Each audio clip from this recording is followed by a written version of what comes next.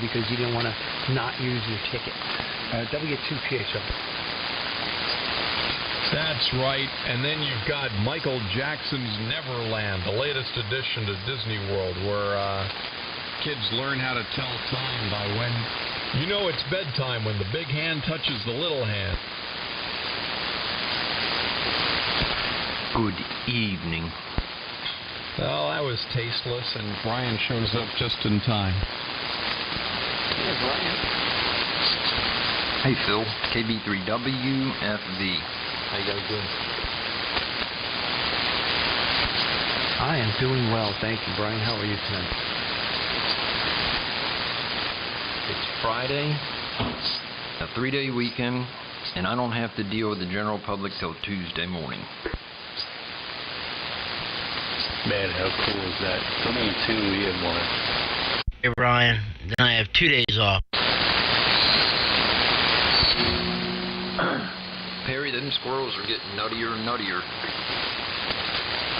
Amen. And good evening to W2ENY, if that's W2ENY in there. Yeah, man, I got a little flex sack today, so my guess is the hum went with the new flex, and I'm gonna be testing some more stuff out and getting on there real fast.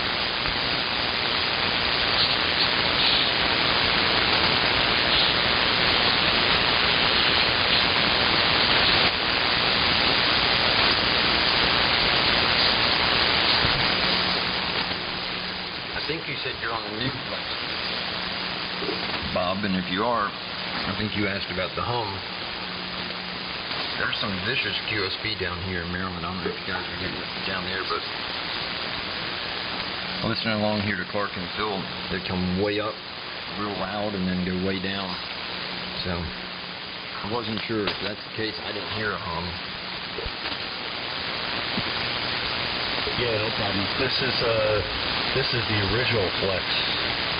I just got it back today. This is the one that had the relay cam problem with it, and I just got it back. So I pulled the one that I had in before. I pulled that out of the slot, and I wasn't hearing any hum here locally. So I'm guessing, like I was saying earlier, the hum is with the let's call it the new flex. Flex that I bought at the 20 cents a minute. And anyway, this is the old one back in line again, and I got a new mic tune today, so I'm kind of mixing streams. But anyway, it's all good. And yeah, man, 3-day weekend. So I've been on furlough since Wednesday, and I got another 3.5 weeks or whatever to go with it. So I'm losing track of what day it is. W2EN.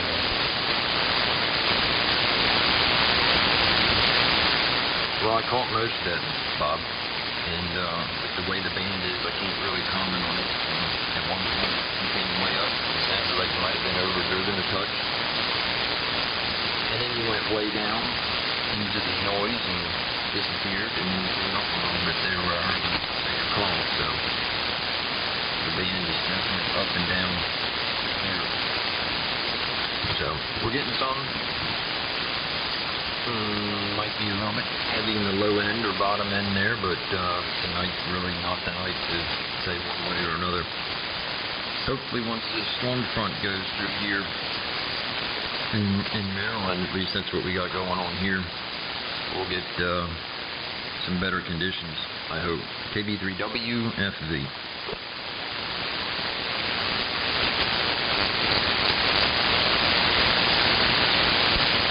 Yeah, all good. Thanks, man. I dubbed down the low end a little bit, but anyway, yeah, conditions are definitely whack. I was doing some stuff with the FEF SDR listening page there today, and yeah, conditions suck. Even though I'm running the amp, so Anyway, I think we got pizza upstairs, so let me check out what's going on with that. And I'm not sure if I'm going to be back or not, but if I'm not, well, I'll catch you cool cats later on. This is W2ENY. We'll have the finest business evening imaginable. See you, Bob. Have a good night, Bob. Fine. W2KHL. See you later, Bob. I Welcome to the weekend. KB3WFV. Yeah, and I stopped at the bar this afternoon, and I got 20 Jello shots, so we're loaded for the weekend. Come out.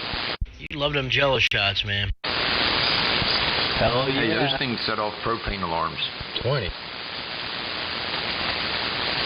Propane alarm. In recreational vehicles are required by regulation to have propane alarms in them, and they're mounted low along the floor of the trailers. Campers, motorhomes, whatever. And if you put a stack of Jello shots on the countertop, they'll set off the propane alarm. Ah, really? I am not at liberty to tell you how I know. Roger.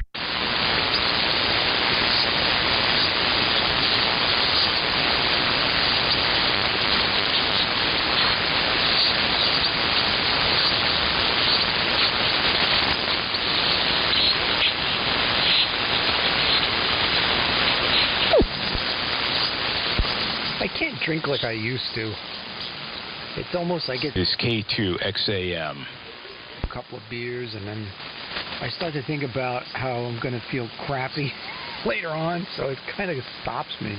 Not that I don't have a good time. I don't look like, there's still plenty in the tank, but I don't overfill the tank anymore. I don't know. I guess that's the old age starting to creep in there.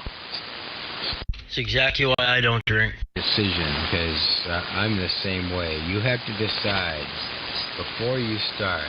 Do I have to do anything the next day? Because you're going to be a hurting puppy. So, like tonight, I have decided I'm not doing anything tomorrow. At least I'm not getting up until 11 to take my Advil and any other thing, a ton of water to start the recovery process. But you're right, the liver takes a much longer time to recover. However, it's either all or nothing for me, so you can have a couple, but you might run out of gas midstream, you know what I mean? So if you want to do it, you have to make that decision. It's a yes or a no. When you see it.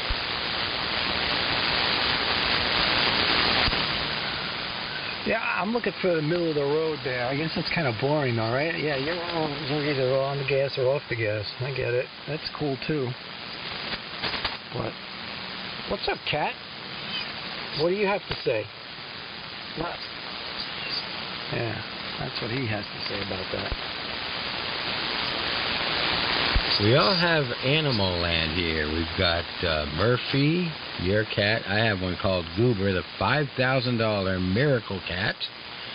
And I'm sure Perry has something, and everyone else out here as well to keep them company on the radio here.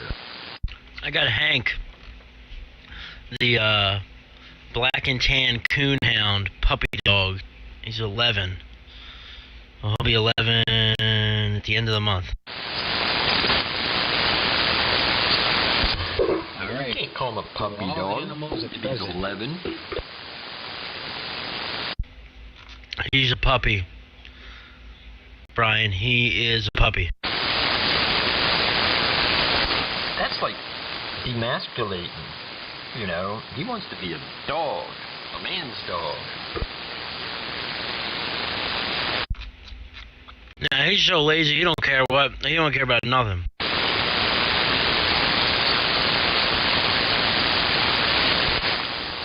So long as you rub his belly and give him a treat, right?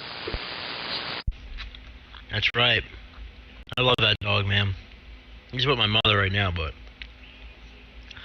that dog's my homie.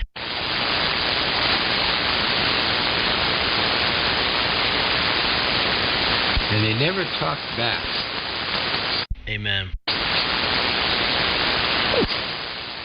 You know who to tell. You know how to tell who likes you more, your dog or your girlfriend, or don't you, Perry? No, how? Lock them both in the trunk of your car for an hour and see which one's happy to see you. Oh boy. Oh. That's a good look. Maybe I'll try that.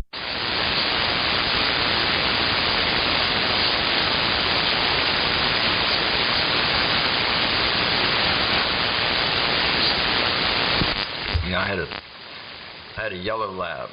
Her name was Loa, L-O-A, Little Orphan Annie, because she was a rescue. And she was a great dog. I miss that little dog. Well, she wasn't so little. She was a 70-pound lab.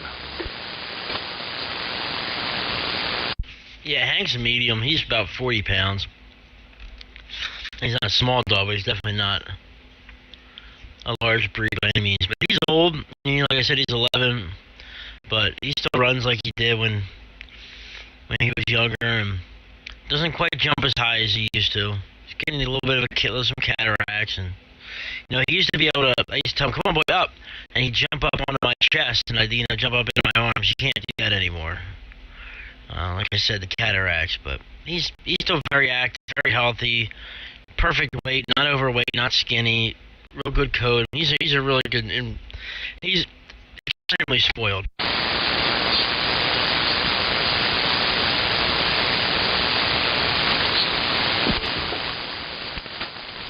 Yep, that's how most dogs get, just flat out spoiled.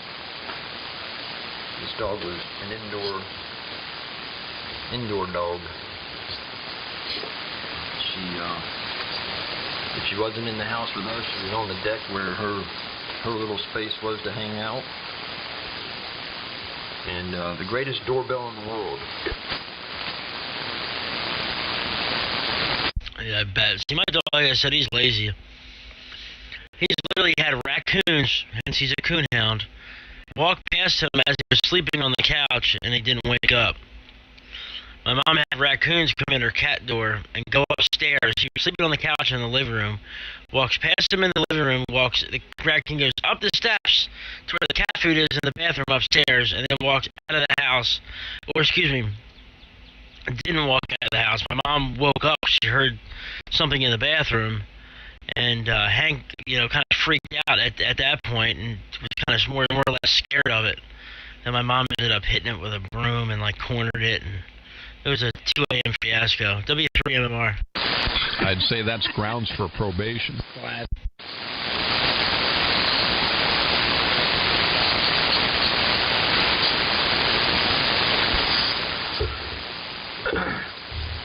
He saw that coon, and he said, I don't want no parts of that. Somebody else going to have to take care of that thing. Yeah, you see him lifting open one eye, and one ear goes up. He's like, I ain't messing with that. I mean, see no evil, hear no evil, speak no evil. He saw that little masked bandit crawl through that cat door and said, this should be interesting. He pulled a Sergeant Schultz. I see nothing. I just found another cavity.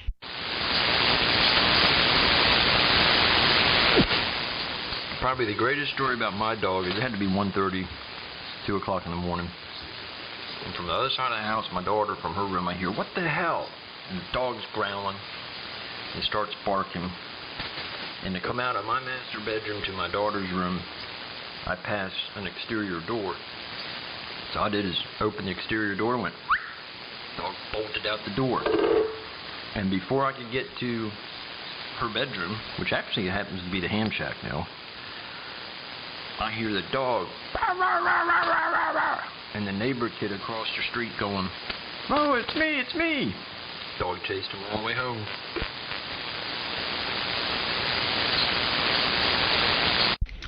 Now, why was he in your yard? And why could your daughter see him through the window? Window. He was up to no good. You've never done that, Perry, have you? No, he snuck in? Nope. He didn't get that far. The dog heard him. That's how dumb this kid was. He knew the dog was here. He knows the dog would bark at anything. And at 1 o'clock in the morning, he was knocking on her window. And the dog went nuts, woke the daughter up. The daughter's going, what the hell? I said, what's going on? She said something about somebody's at my window. I let the dog out. Problem solved. Well, I'm sure he was just trying to be a teenager throwing rocks at the window, you know? Wink, wink. Yeah, he was just passing along homework he did for her, right? More like homework she did for him, probably. More than likely. Shane, talented musician, bright kid, but he couldn't keep himself out of trouble. They used to do this stupid game period where they take the steering wheel of the car as they're driving down the road, these little back windy roads, and one of them would start wiggling. You know, if they were following each other, one would wiggle, they'd wiggle the wheel left and to the right, so the car would wiggle. Well, 2 or 3 of them were following each other. One of them started this crap, so he started it. Well, he completely missed the fact that most of these guys are just doing it from, 11 to 1 or 10 to 2 maybe. He goes like 9 to 3 and lost control of the car and plows a fence, a chain link fence. He took out, 20, 30 foot of this chain link fence, destroyed the car. Instead of sticking around to get everything straightened out, he and his buddies push the car out of the mud and get it back on the road, and he drives straight home. Well, there's a funny thing about the fence. It belonged to the U.S. Navy on the Navy Research Lab. They showed up with the military police and the county police, and, well, you know the rest of the story.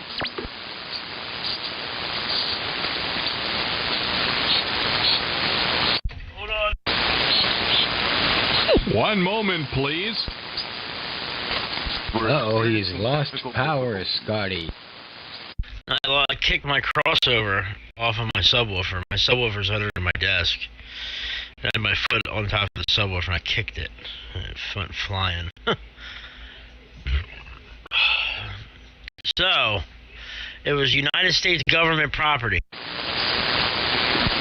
Federal United States government property, and wiped out 30 feet of their fence and drove away. Then when the dummy gets home, he parks the car on the street. His house is down over the hill. So he parks his car across the street. I can look out the window and see it. Now I'm sitting here eating dinner, looking out the window, and I see a military police vehicle pull up. And I see the county police vehicles pull up. So I called my son into the room. I said, what's going on over there? Well, dumbass hit the fence over at the Navy base. So they search the car, and they lock him up. Because not only was he dumb enough to hit the fence and leave the scene of an accident on federal property, but he left his marijuana in the car. Oh, what a dummy. Ah! Well, I hope he learned his lesson. No, he didn't. There are dozens of other sad stories behind it. Last I heard, he's somewhere down in Tennessee somewhere. I don't know what he's up to. And this is the Romeo that was at your daughter's window? Now you know why I cut the dog loose. Understood. Be right back. W3MMR. KB3WFV. Well, you know, you can't fix stupid, but you can definitely slow it down with a 2x4. Yeah. I even hired the numbskull at work. I figured a little bit of tough love there and give him an opportunity, and I rode him. Good worker. But my God, the elevator just got stuck halfway to the top floor. Sometimes I guess that doesn't work either, but, well, can't say anything but good luck, I guess.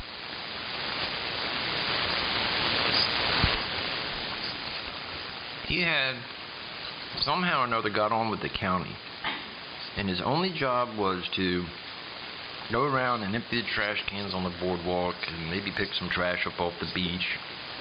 give out passes to the fishing pier and stuff like that. And you screwed that up.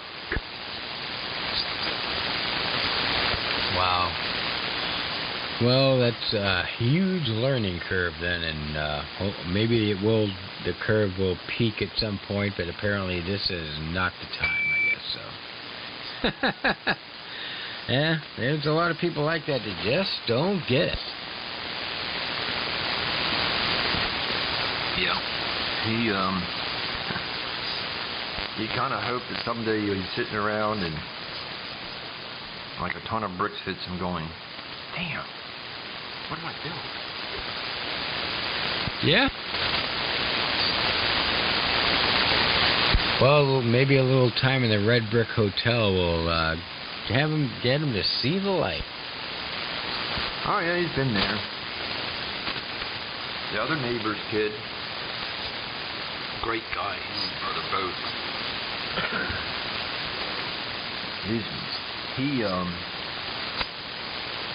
He got a welding degree or certificate out of vocation school there through, part of the high school program, whatever. Smart guy, and got hired on by a tower company, telecommunications, cell towers. These guys have huge contracts with AT&T, Verizon, and T-Mobile, all over the DC Baltimore area, and travels a lot. So, Numbskull, Romeo, got landed in jail, and they let him out on a work release program. So this company hired him, and Jake, the tower company, he had to ride it. He had to go and pick him up. He had to go and take him home. It was almost like he was part mother. But he climbed them 300-400 foot towers and do his job. But you just had to be with him 24/7 or he'd get himself in trouble. I don't know what the kid's problem is, but I wish him the best. I'm just glad he's not here anymore. Yeah, well, that's good. I guess everything happens for a reason, and you're ready for him to happen. So, some people are just, they're just born insane, and that's just the way it's going to be. And it's not necessarily a bad thing, but you're going to just have a rough road your whole life. You're going to have to deal with a bunch of crap. And just learn how to turn away from the course, I guess. Back to full power here. Hope I don't blow your ears out. He says that with such bravado. Alrighty, 73. Is right.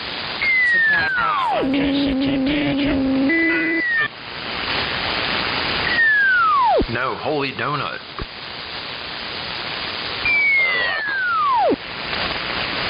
We're up here on 7.5.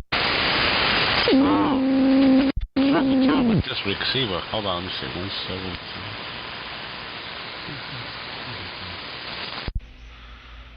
Should put me in the ballpark. Hopefully. Sorry, guys. Yeah, you're there. Yeah, I'm out in camp doing some experimenting on everybody. This thing's acting weird anyhow, but anyhow, how's everybody doing tonight?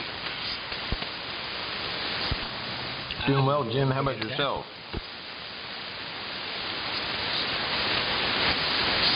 That was a double.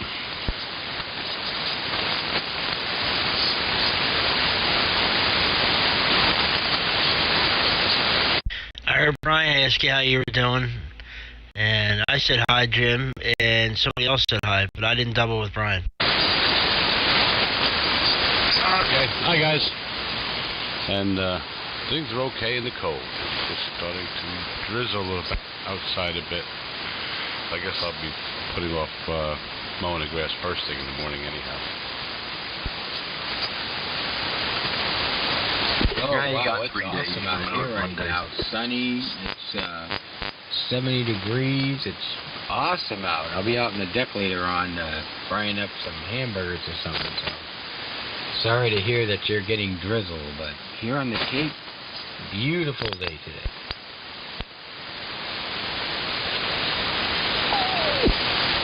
I don't know what's going on here.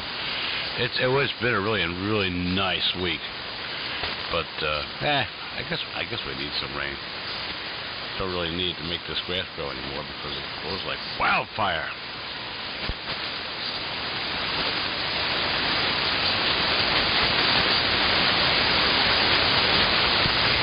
Hey, what's up, Jim? W2ENY, and I'm back. Ian, how you doing tonight? All good, man. I was going to go down to the boat today, but I got saturated with eBay stuff going on, and you know what? It's supposed to rain tomorrow all day, and I'm probably going to go down to the boat tomorrow, and I got to pressure wash the deck anyway. So, what the hell?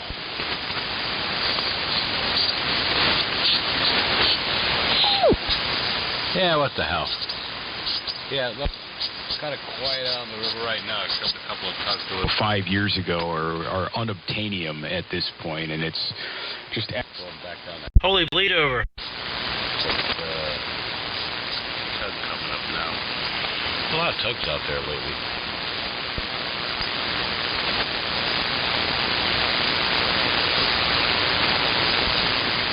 Yeah, there's an app that I have on my phone. I forget exactly what it is, but you can look at the river and you click on the boat because they have that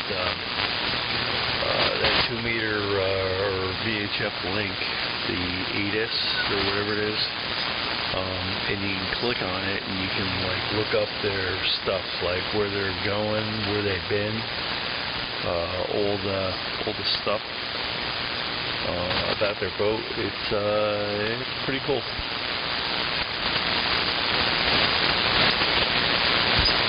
Oh, okay. Yeah, I just look out the window and watch what's going by. I really don't care where they're going.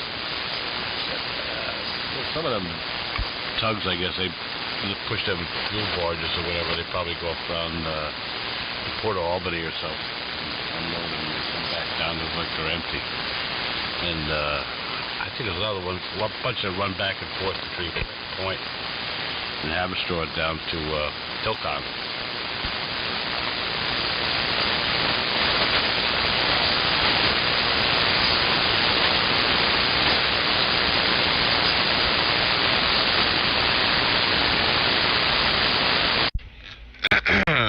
Yeah. W3MMR. Quiet evening. And, why is this? Sorry, hold on a second here.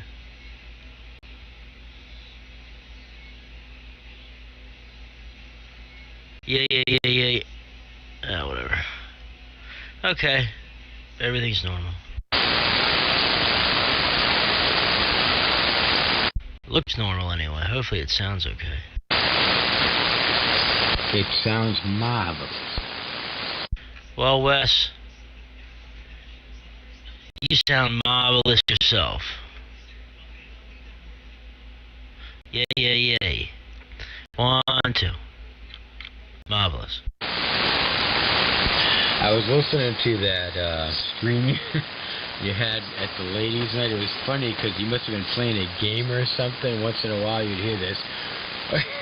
I can't say it on here, and some guns and some weird crap, but it was kind of funny. But I'm glad you do that, but that was a riot. No, those sounds weren't in the background of the ladies' night, Nat.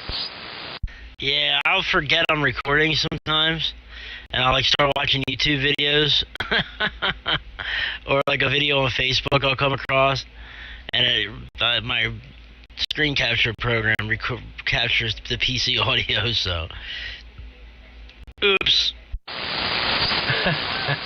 Well, you're the only one doing it. It was funny, though. Some of it was like some gangster music, and I'm like, oh, this is pretty good. This is a good filling here while the broads are talking, or should I say the females are talking, so...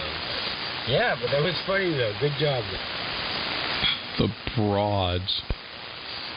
And they're broad. That's not nice. They're all... I enjoy it. So what's it? Is it going to be every 2 weeks, or it's just on a TBD? basis? I thought they were going to make it monthly, so it's easy to remember, but they're actually doing it every 2 weeks. Roger, that's what I thought. So it'll be next Friday. It just makes sense. Yeah, it brings a little class to the AM. Yeah, Jim, I hear you're a regular on the ladies' night. Oh, I love to listen to the gossip. You kidding me? I mean, of all the trash I hear all day long, that's probably the only thing that makes sense coming out from women. So, yeah, I enjoy it. I'm sure there's a clarification in there somewhere. Yeah, most of it's really not too fit for amateur radio. Is this thing sounding okay, or am I like all muddy and stuff? I think it sounds okay. Every once in a while, though, you'll get like a pop in your audio. Like your audio will pop, and it'll like the volume, the level will drop a little bit. Then it'll come back up. Yeah, I saw that, and I think I stopped it from doing that. I was still working on that stupid amplifier, and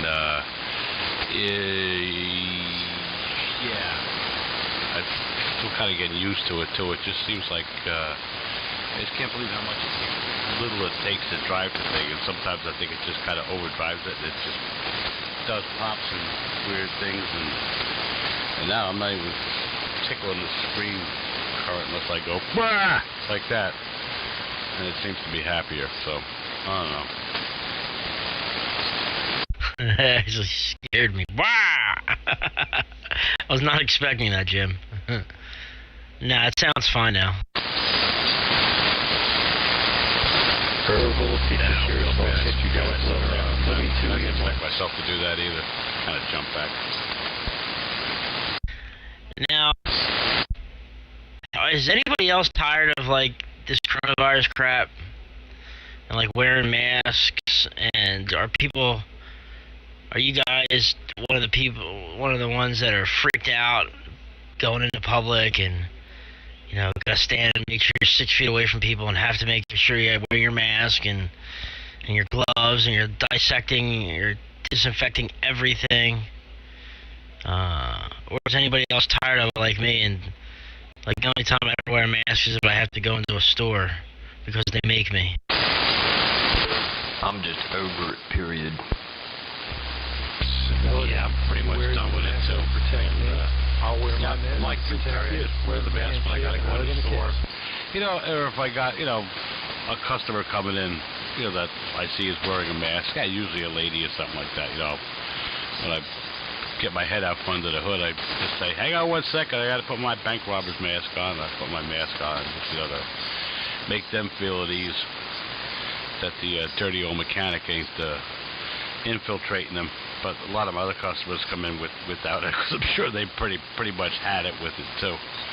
And yeah, I do not disinfect everything. Like I got Purell at work, if I go next door to the bakery or something like that and get coffee and breakfast or something, if I hit the door handle knob, I just put some Purell in my hands and screw it. I got so much grease and everything else on me. I'm sure it's de-infecting everything else that would be infecting me anyhow. So, but yeah, I'm done with it. Absolutely done. D-O-N-E, done. Done. Hey fellas, I'm out of here. W2E1 Pizza's here. Have a good weekend. W2E1. W2JTV. See ya. Have a good night. See ya, Bob. Take care. W3MMR.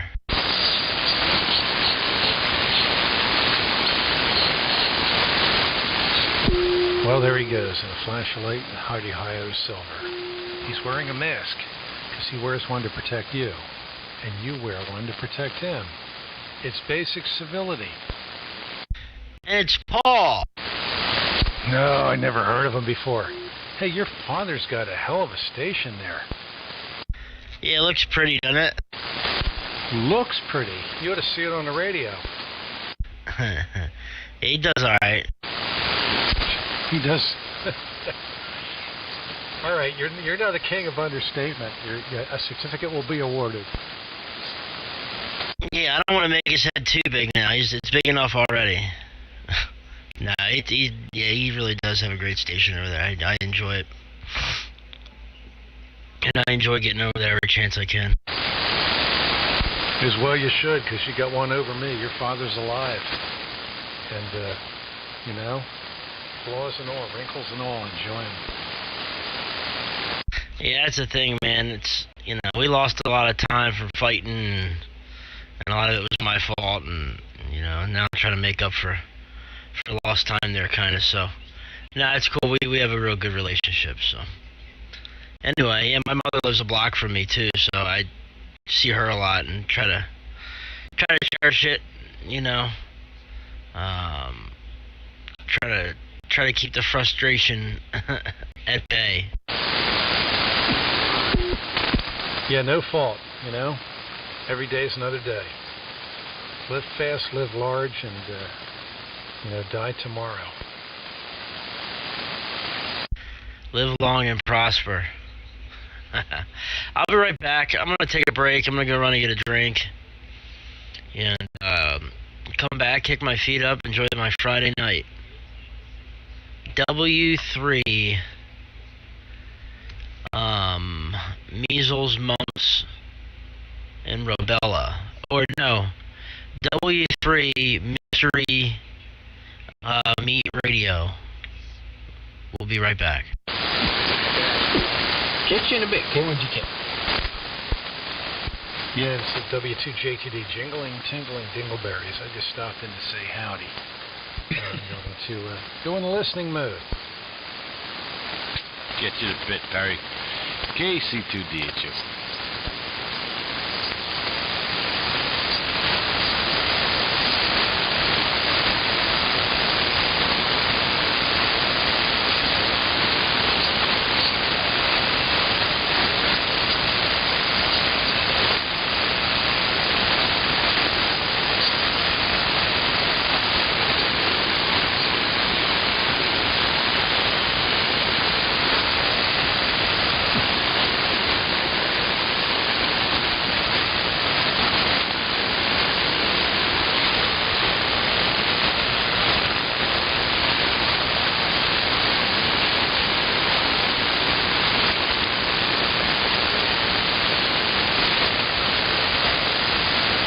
TV, they're kind of killing me on receive.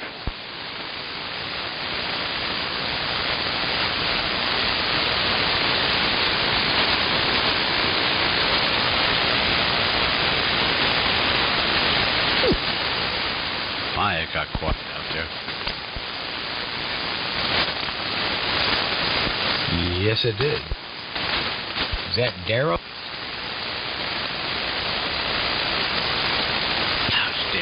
No, it's Jim in Tompkins Cove. Hey, Jim West. Cape Cod. How's it going? Good, Wes. How you doing, man? How's things up there in the Cape? Doing good, man. Great day today. Did some yard work out here, and I built this stick burner out of a barrel. 55-gallon drum steel barrel. So I got the kit in a couple days ago, and got some cinder blocks. I think it's a pain in the ass. So if you've ever tried to cut one of those steel drums, wow, a little thicker than you thought. So, and trying to get the bolts into the back of it. I had to crawl into the barrel. Unfortunately, it had a bunch of transmission fluid in it. So, can't wait to light that sucker up. That's gonna smoke the whole place out. But anyway, it's going to be fun. I'm going to use it as a makeshift fire pit. At least that's what it's going to be categorized as. But I'm basically going to use it to burn up all the sticks and crap all around the yard here. So, a great day today, and I got all the windows open in the house. Man, I don't think you could ask for a better day. I wish more things were open, but as far as us hanging out here, perfect day. How about yourself? Yeah, I worked today, but I got a bunch of yard work to do myself this weekend. Leave said stick burner. Is that one of the barrel stove kits?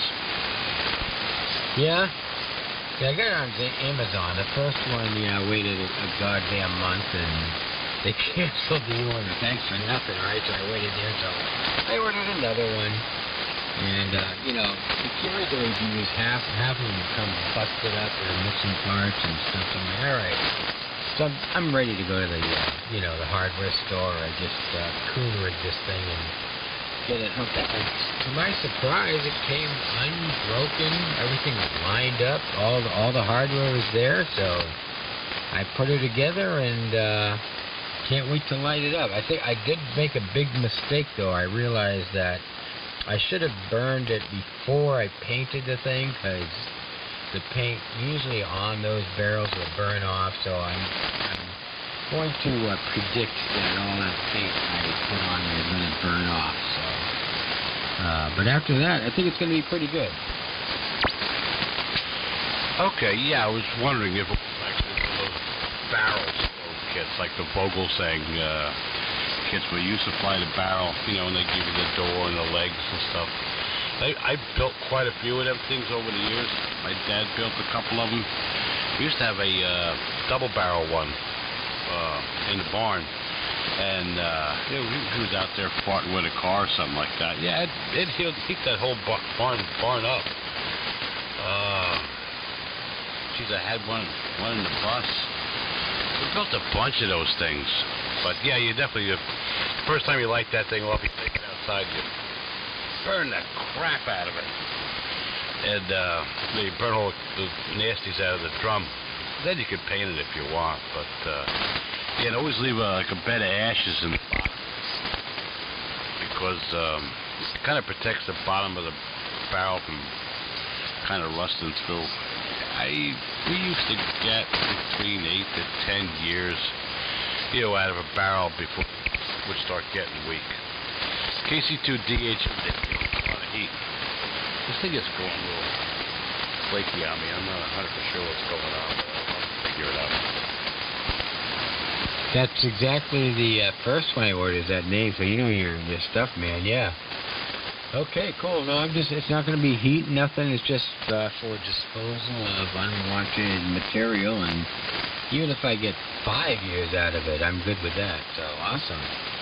Yep, so that's cool. Yeah, I saw the double barrel one, too, and you could actually use it for a heat source, I suppose, but, you know, you probably have to gasket the living crap out of it and stuff like that, but, well, that's good to know that they actually work, and, I put a stack on it with a 90-degree elbow just so the sparks won't light up my whole backyard in case some of the embers get out of there. And I put 2 screens over the end to try to catch the big stuff. So, but yeah, that's exactly what I was building. So I'm probably gonna light that thing up next week.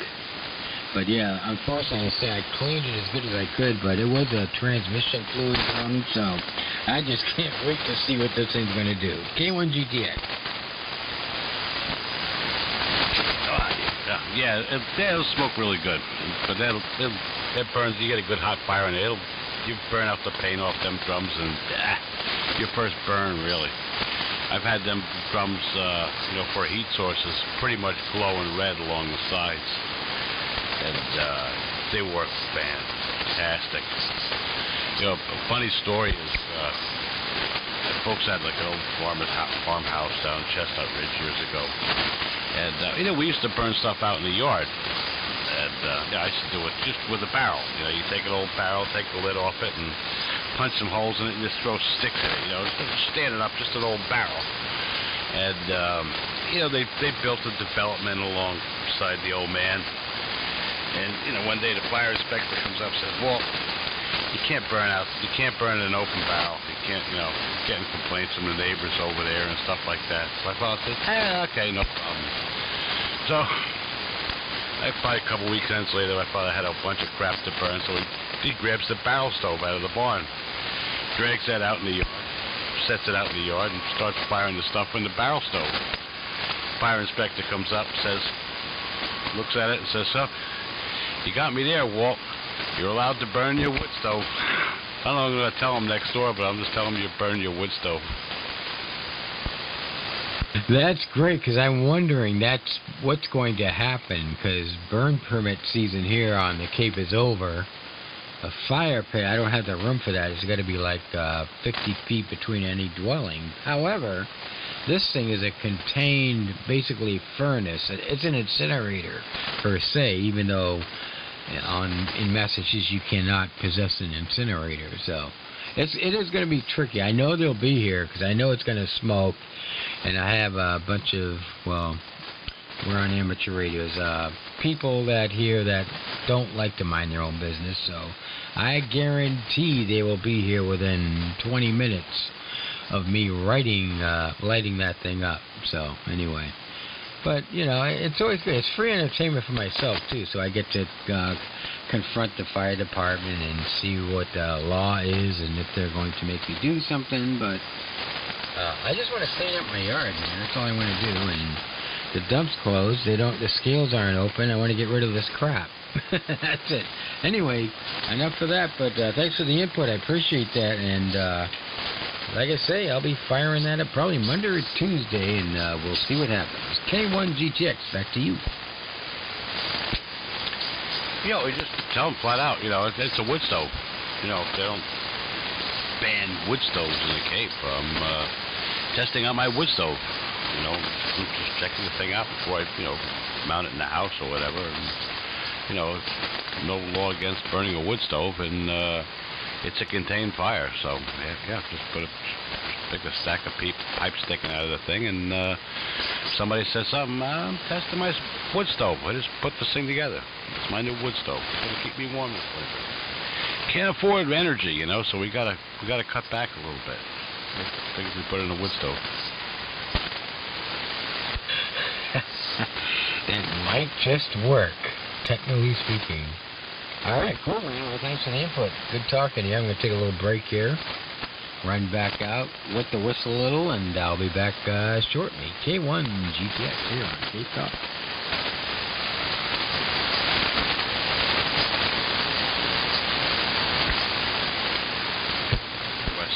Yeah, I'm going to do about the same thing there and take a look at this thing. No, yay, not, yeah. K1 GTX, KC2, DA2. Gets it a little bit, but I'll be listening here. I'm going to, get a fresh beer, too, and scratch my head for a second. All right, man, sounds good. We need more material. We need Clark and something to get this party going here. All right, 7-3, K1 GTX. I'll be out here in the woods in my snail. Did I ever tell you the story about when... There you go. That's what I was waiting for. No, that's for early or late, not now, not prime time. Okay. Now, silence is the enemy. Isn't that what they say in the DJ world? But, yeah, okay.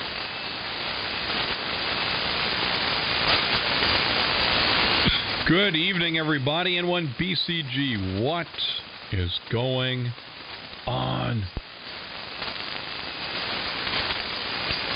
I'm going to get a fresh.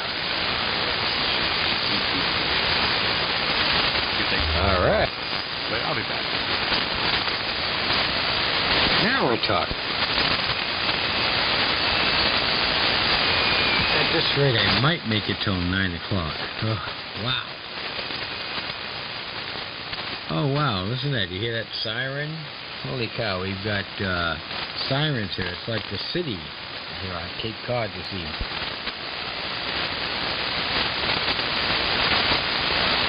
More trouble in Hyannis. You got it. It is. Hyannis is now considered a city where you can get cocaine, all your amphetamines and heroin and anything else right on the sidewalk.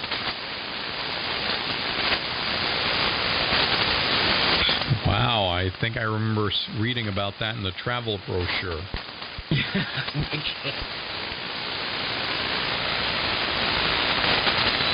So, Clark, what is your physical location?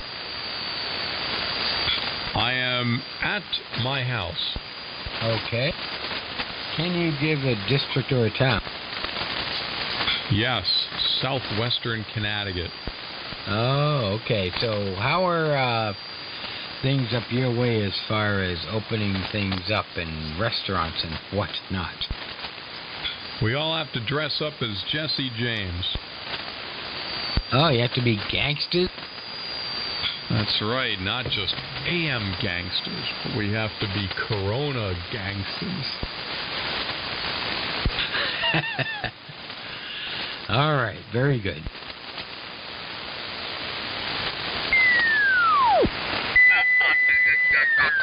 Synchronous detector and completely insane.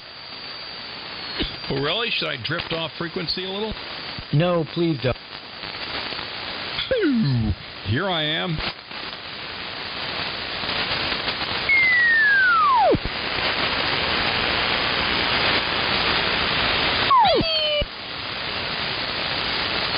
It's like everyone's flying in.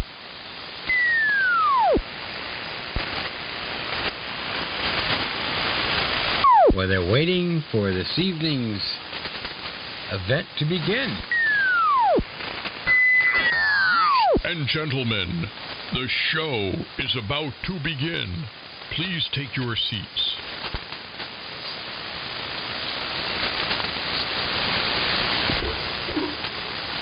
June 6th, ladies' night.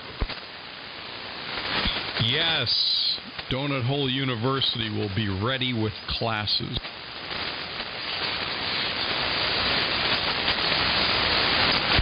You cracked me up. I don't know how you pull this stuff up. I keep things ready to dredge up on a moment's notice. I have tons of anchors which are lodged in the muck at the bottom. All I got to do is give a good yank on the line, and out it comes. Well, I'm glad to see your cerebral cortex is firing properly and you have the retention capabilities to retrieve all this stuff. Unfortunately, on my end, it's tough. But carry on, mate. Yes, the cerebral cortex is firing normally, but the neurons are all misfiring.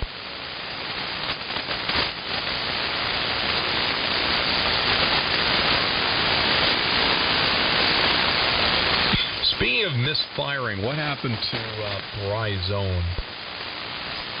I'm right here, enjoying the static crashes, playing with this new mic setup. Oh, did you get a new mic? There's two new mics. We're in Studio D. I've been on it the whole evening. I guess that means it doesn't sound bad, or sounds as bad as I normally do. I was going to ask you about the room noise, but I figure I'd be more tactful about it and wait. What'd you get? Well, it's the 24 by 20 great room, kitchen, dining room, hardwood floor, flat wall, flat ceiling, echoey room noise. Not much I can do about that. Yes, my noise floor is hardwood also. You need to get one of those little things you can strap on your mic boom, you know, with the foam that cups around you so it isolates you from the rest of the room. Yeah, there you go. Well, I'll just go get one of those styrofoam igloos that you see at the convenience stores. You know, the ones that everybody buys and then breaks them up and leaves them all over the beach. You can just put that over my head. All you need is a comforter to put over your head and you're good. What's that? All you need is a comforter to put over your head and you're good. A friend of mine does voiceover work, and when he travels, he said there have been several times he's had to go into his motel room and take the blanket off the bed and put it over his head. You know, so it's just him and his blanket and his laptop under the blanket there as he reads the script. That's oh, you laugh, it's true. You could just make like your little transmission booth with a comforter. Exactly. He was doing that so that you couldn't tell what low-class hotel he was staying in, picking up all the noise from the adjacent rooms. Yes, the squeaky sounds. Yeah, you know, and the vibrating beds and all. Don't you love that? You put a quarter in, you get wum, wum, wum, wum, wum, wum for about 15 minutes.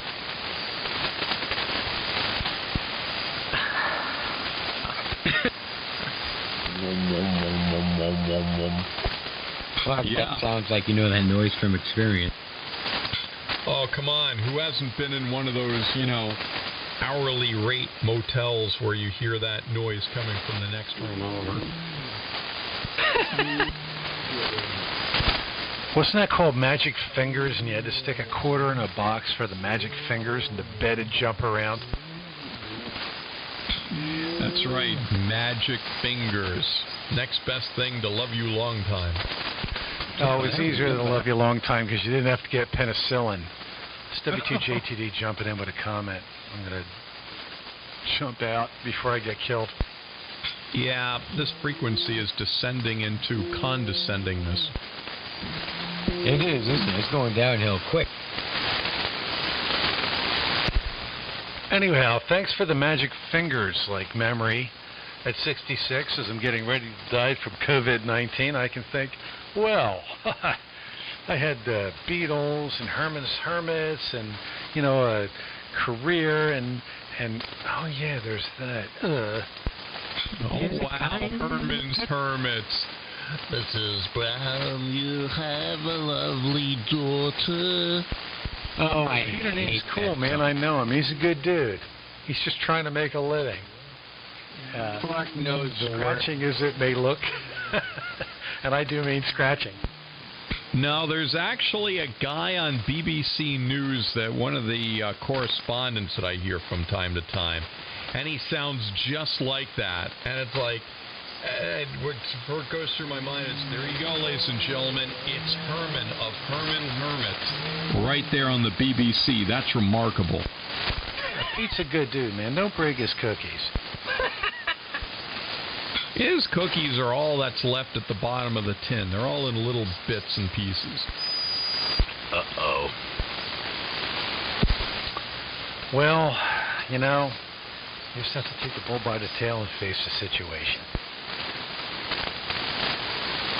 There's a kind of touch all over the world tonight. Hey, I'm telling you guys, man, if Peter Newman and Herman Hermits, or whatever the crap he's calling himself these days, if it's anywhere within 20 miles, go see the show. It is dynamite. You'll go out of there, you'll walk out of there with pink Herman's Hermits purses with his autograph. I'm only going to go if there's pyrotechnics.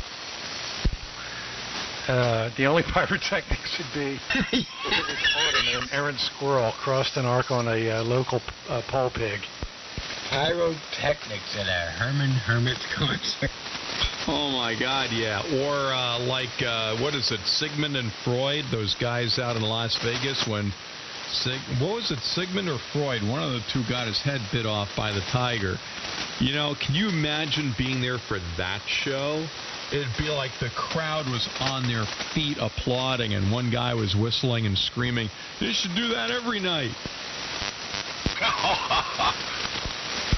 Oh, like when Tommy Cooper died live on the BBC?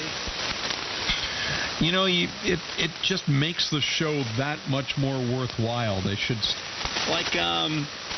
I had to go to Las Vegas once a year on business, and I hated it, but I found a video online of them imploding the Stardust Hotel, and I sent that to my boss. He had to go also, and I said, look at this. They had a laser show, they had a live concert, they had crowds out there, and this is 3 o'clock in the morning. The building's coming down, and there's dust going everywhere, and the crowd is going bat crackers.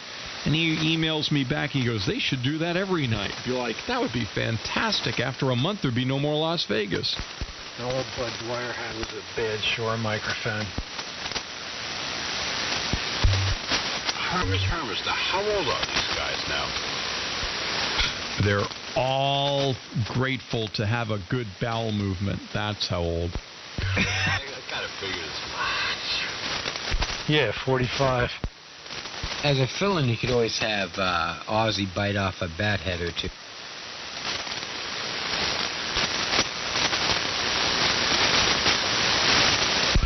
W2JTD at 2342 with static crashes in North Carolina. Bugging me. 2342, is that Newfoundland time? That is. Good evening, W3MMR at 2342:28 UTC. Actually, I think 2342 is Greenland time. It's all on a rock time at this point. Well, I really don't want to go out to a restaurant. I don't give a red goddamn. Truthfully, I'm an introvert. I'm happy enough being here. This is my time. Nobody's bugging me. I know nobody's calling up saying, "Can I come over and waste your time?" It's paradise. I don't know what everybody's whining about. I need a haircut. I haven't had a haircut. Where's your guy? 1988, I think. Maybe we'll chat at you in a while. Wow, you sound like you just got your divorce approved.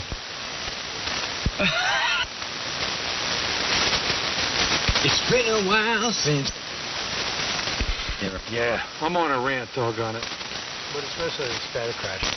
Yet are creeping up. It's weird. This was a totally quiet band up until a little bit ago. And there's a bunch of junk in Alabama, Georgia, and South Carolina that's like, you really want this seat? Yeah, it was quiet. It was like eerily quiet. It usually gets really quiet here when it rains. In my QTH, home QTH where I live. Yes, thank you, Perry. So you're looking for a place in Jersey, are you? Yeah, I'm looking to get out of here. I want to get back to where I grew up. Well, I grew up, spent half my early childhood where I am now, and spent my high school years in Jersey where my father is and where I'm trying to move back to. And I'll be closer to him, and he's not getting any younger. And it'd be nicer to, instead of being like 40 miles, like 35 miles away from him and like a 45-minute drive, I'll be hopefully 10 minutes. Cheers. Like, how's that going to affect your signal? That's cool, man. That's a good reason. There's no better reason. I'm an old dude, and I'm hoping somebody's going to take care of me, and that's why I say that's a good reason. It's a good reason, Perry. Well, he's lives by himself, so he's got a lot of cats and a really big property, and if he ever even if he's just not feeling well, I could just go over and take care of crap for him, so. But anyway, the commute to work wouldn't be bad. I would drive 40 minutes to work every day, each way, because it's like backcountry road driving. It's not sitting in traffic for 40 minutes. 40 minutes? Good on you, man. I took care of my folks for 4 years before they died in their 90s. Included diapers and worse. Included worse. So good on you. Take care of your pop and your mom. It's really cool. It really is. It's pretty much what everything we're doing boils down to. Because someday somebody's going to need to take care of us. W2JTD. Yeah, your parents took care of you when you were little, so you got to kind of return the favor in their tender years. Yeah, well, my mother lives a block from me now. She literally lives a block. Well, maybe a block and a half. But definitely not 2 blocks away. And, I see her pretty much every day, which is nice. But it's going to be, I'm sure it's going to stink, for her and for me too. Moving further away from her, but where I work is 2 blocks away from me, so I'll be, 3 blocks away from her house every day for work, so I can still always stop by, really at any time. And my test drive route is literally right by her house. Yeah, it's all about support. And if you're local enough that you can provide the support, you're doing good. And if you're not, it means you went crazy and the family drove you nuts, and you deserve to be in Hawaii. Well, the one bummer is, my son lives in South Carolina. I have an 8-year-old son. He lives with his mom down south in Charleston, or right outside of Charleston. And I see him, 3-4 times a year. Talk to him, almost every day.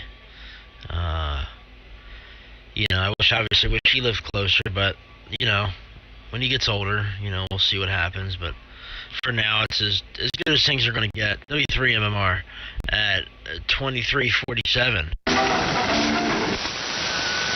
Hello to the guy who's playing music. You're in Zoom and YouTube and FaceTime and that kind of era. So, man, if ever there was an opportunity to keep in touch, it's you were born in the right year. Well, that's what I tell people, man. Like with FaceTime and Facebook, I video message them on Facebook Messenger. It's great. You can play games, and you can do all these this virtual reality stuff where it's like putting hats on you or putting sunglasses on you, these weird masks or faces, and it's really cool. You can play games with each other on there and stuff, and when he was going to school, he's been out obviously for months now, but we would call him, I FaceTime him every morning and wake him up, while he's getting ready for school and stuff, and sit there and talk to him. I'll sit there and watch him play video games and stuff. It's pretty cool. Hello, Perry, and whoever else is out there. N2MIN. Hello, Arthur.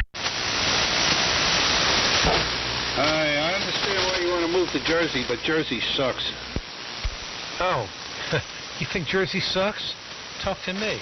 I've been paying taxes here my whole life. Yeah, it's almost as bad as New York, maybe worse. They drive better, though. Massachusetts, #1 kamikaze. New York, death wish. New Jersey, yeah. I'm 66. New York is changing the slogan on their license plate to birthplace of road rage. Top that. Yeah, they're mad, but Boston's fast. Yeah, Long Island has gotten like Queens. So much traffic, so many illegals, and whatnot. There's a reason the Jersey state flag looks like the American Express card. And the reason is, for the unacknowledged. Holy crap, Paul, you're just 45 over. You can't pump your own gas. That's really strange. You can't buy work gloves on Sunday at Harbor Freight. See? Oh my God, I gotta run to my Patriot flag and hat mask because I can't pump my own gas. Man, that's a blessing. Crap stinks. I come up to Massachusetts, I pump my own gas, and every time I sniff my fingers, I'm wishing for the night before, but I'm always getting the afternoon at 29.9 a gallon. Dude, I hate pumping my own gas. I think it's great that you don't have to pump your own gas in New Jersey. Okay, even if you wanted to, where I'm moving, I grew up in New Jersey. It's in the middle of the country, and you go to the same gas station every day, and 9 times out of 10 you get out and just pump your own gas anyway because you know the people that work there. This isn't, this New Jersey I think is worth every dime. Plus we have a great beach, man. I mean, the only finer sand is in Florida, and who wants to live in Florida, man? They're nuts. W2JTV. Yeah, the beaches are nice. I want to go down to the shore this year and get out some. It's been a while. Yeah, I like southern Jersey there. Wildwood, Crest, Wildwood. That's the part I like. The rest of the state, you can keep it. Oh, you got it, Cape May County? To find my wife and I on the Grant Street Beach or maybe further west. It's the finest sand you can get until you get to Florida. And then you have to deal with Florida. And who needs that in their life? Yeah, I grew up in Wildwood Crest. My great grandmother lived there for 50 years. My great-grandfather, and spent a lot of time there. Spent many years as a kid in Sea Isle City. Me and my father had a little trailer right outside of Sea Isle City, right on Route 9. Driftwood Campground right there in Claremont. And yeah, we spent many years down at the shore. Lots of boats, having slips, different marinas down there. Lots of fishing. Lots of great restaurants. Oh my God, lots of great restaurants. I mean, some of the best probably the best times of my life were spent down there at the shore. Yeah, my grandparents used to get a place down there in the summer. Back in the 50s, I remember going there and then going to the beach at the boardwalk with all the rides. Oh, that was the best time. Back in the 50s. The Driftwood off Route 9 in Claremont. Oh, that's where my second wife and I hooked up when I was married to my first wife. I love that campground. Really? Oh my God, what a small world. Yeah, we had a camper right next to a friend of my father's, or right next to his camper. He did work for my father, and my father grew up with his brother, or his cousin. No, his brother. It was Chip Del Vecchio. My father grew up with Mike Del Vecchio, and I played hockey with Mike's kids. And we all knew each other. It was like, we're all family friends, so that was super cool, too. We had, like, 2 super hot daughters, and I was, like, 11, 12 years old, so I'm, like, just, I'm thinking girls are, like, are the best thing ever, and I'm, like, drooling over these 2 girls who are, like, 16, 17, Oh, my God, I remember spending so many weekends in Cape May, different hotels down there with my mother. There was the Clinton Hotel. It was like the oldest hotel in town. Super run down, super cheap. Like 1 bathroom per floor with a clawfoot tub. Man, yeah, the Clinton Hotel. I think it's still there. But I think the original owners died. My mom used to go there every single year. Yeah, man, it's right next to Congress Hall, Clinton Hotel. Yep, many times I've crawled out of... I walk into Congress Hall, spent some time in the bar chatting with the, bourgeoisie, but I always wind up crawling out, and there's the Clinton Hotel. Yup, it exists. Yeah, it's a shared balcony, shared bathroom per floor.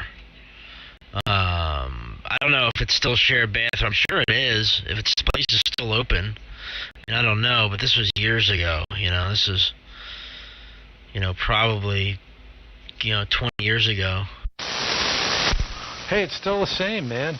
See if you can book it. What the hell? Hey, you book it, and I'll meet you in the Brown Room in Congress Hall, and I'll buy you the first round. But the next 4 rounds are on you. Man, I couldn't even imagine how much it would be now. Probably wouldn't be much. I think like back then it was like 40-something bucks a night or something. I don't know. Yeah, that was and it's pretty close to everything too in Cape May. It's pretty close to the Strip. It is the Strip. That's the, you got the Windsor to the right, Congress Hall to the left, and Beach Drive in the front. Doggone, man, that's. You could do worse for a place to stay. Yeah, trust me, I know. Yeah, I guess I ain't going to Wildwood Crest this year. Not with this COVID business. Kind of miss going down there, spending a few days with the family out on the beach and the boardwalk. Shit, excuse me, the shore's open. You can do it if you're careful, like if you wear a mask to protect me, because I'm wearing a mask to protect you, and you keep your distance. Come on down. There's lots of sand. I mean, it's silicon.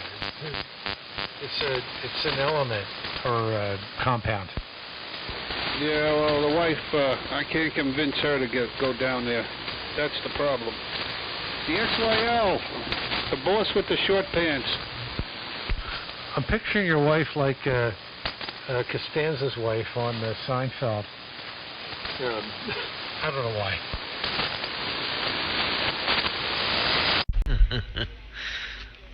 Yeah, man, I want to go down the shore. Trust me, the shore's open. The shore is open for business. Sure as hell was last weekend. Yeah, Cuomo's going to open up the state parks, state beaches. All the darn city people are going to come out here. Nassau and town of Hempstead, where I live, you got to be a resident to get into the beaches. Now they're making a law that nobody else can get in there. But you couldn't get in there anyway unless you were a resident. Just be cool, wear a mask, stay distant, do the best you can to prevent the virus. And wait a minute, somebody checked in and claimed idiot. I'm not sure if it's me. W2JTD. I saw a carrier. I couldn't hear who it was, but yeah. Anyway, yes, be careful. If you don't want to pass the virus, wash your hands, don't touch your face, and keep distance from people. Otherwise, enjoy your life. Go to the store, go to the bar, open your business, shop for dresses. It's all cool. November 1, X-ray, Bravo. Hey, there's Bob.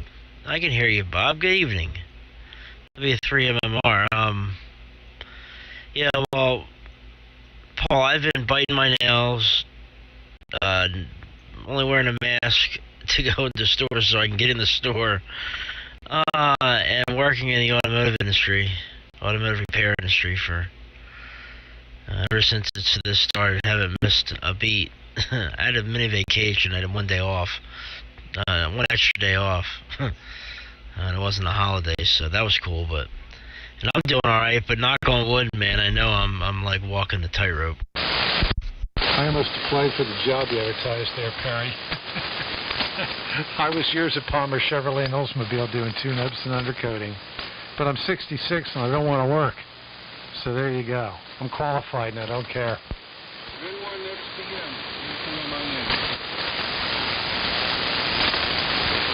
Yeah, I just wanted to say good evening. I'm not gonna... I'm listening here. I'm excited. Maybe I'll start working on it again. I'm so close to being done with the RF deck. I'm here listening. Conditions have been good lately. I haven't been getting on the air, but I've been listening a lot. And not a lot of static crashes, which has been good. But I'll just be working on it. Good evening, everybody. And I'll just need a couple feet in the radio listening to you guys, but don't need anything all. It's really common. That's all you guys know is listening. I was hoping you could hear me. The conditions have been pretty favorable. I don't understand. Good evening to everybody here. But like I said, I'll be listening. Good evening.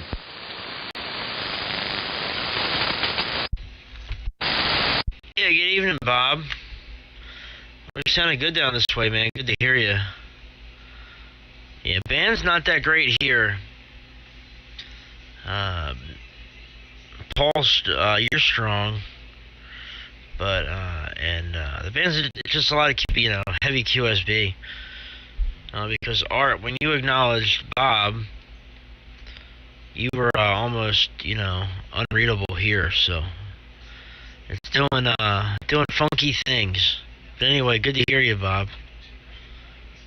And I'll stick around here for maybe a couple more minutes. I still got one more day of work tomorrow. W3MMR.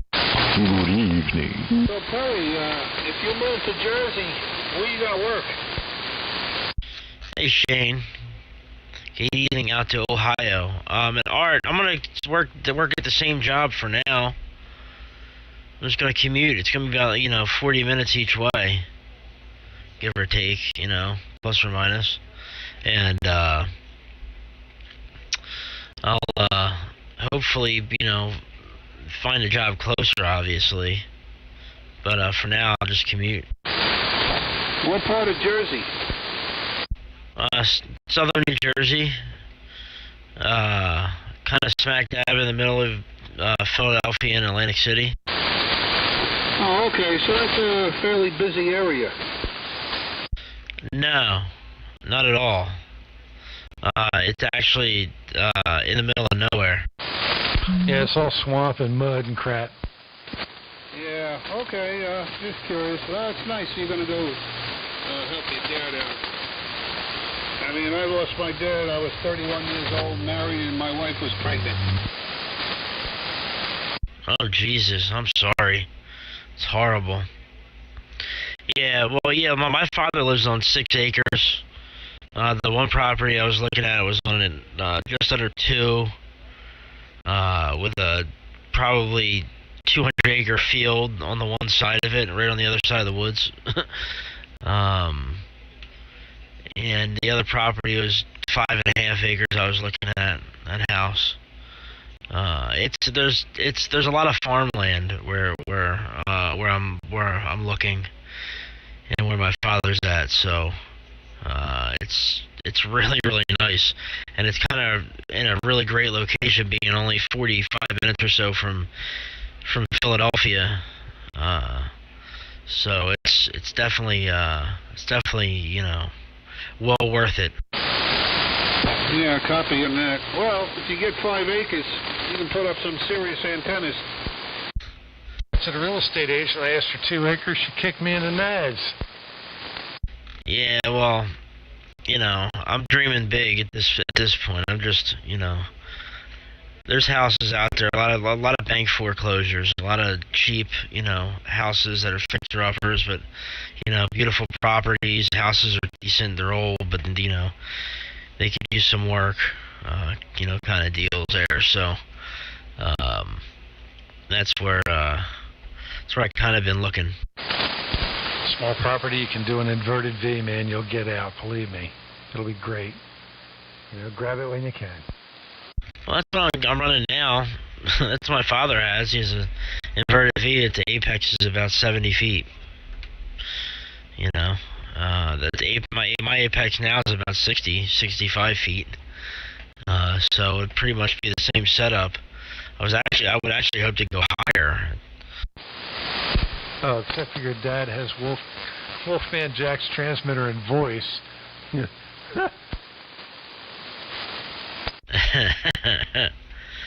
Yeah, he lives, just in the middle of, just wide open where he's at. So just, when you're out there, you think like, man, just being out here feels like you can just transmit.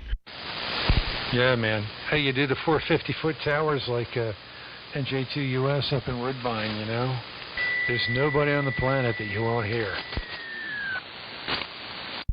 I know, man. I just dream big, and if I think about properties like that, there's a guy that has an airstrip right across the street. I don't think he uses it anymore. I think the guy is really old or passed, but he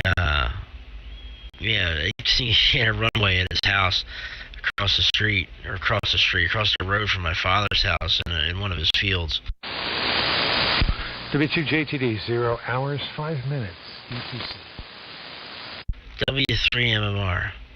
Alright, Paul, I'm going to get out of here. And company Art, Bob, Clark, Wes, Shane, anyone else I may have missed, I apologize. We'll catch up with you guys later on. It's been fun. But I got to run. W3MMR, 7-3 for now. 7-3's, Perry. And we're going to go, too. Go get some ice cream. Into MIN. 7-3's, everybody. 7-3, Perry. Into MIN. And KC2DHU. A very 7-3. Jim, I'm sorry. My apologies, man. I know I forgot somebody. You know me. It's my medication. What can I say? It's all that ice cream. Ice cream. Good job, Perry, on monitoring. Carry on, mate. Catch you next time. K1 GTF. 7-3 from KBA SMU. See you, Shane. Mr. Coming in as I'm walking out. I'll see you. 7-3 from W2JTD. May the wind at your Isn't back that the way? always be your own. That's right, I can feel it now.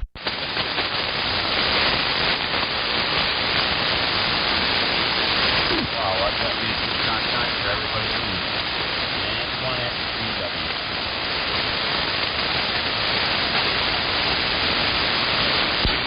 I have a technical question for those who are smarter than me. Pretty much everybody out here. Does anybody have any experience with the Force CX250B tube?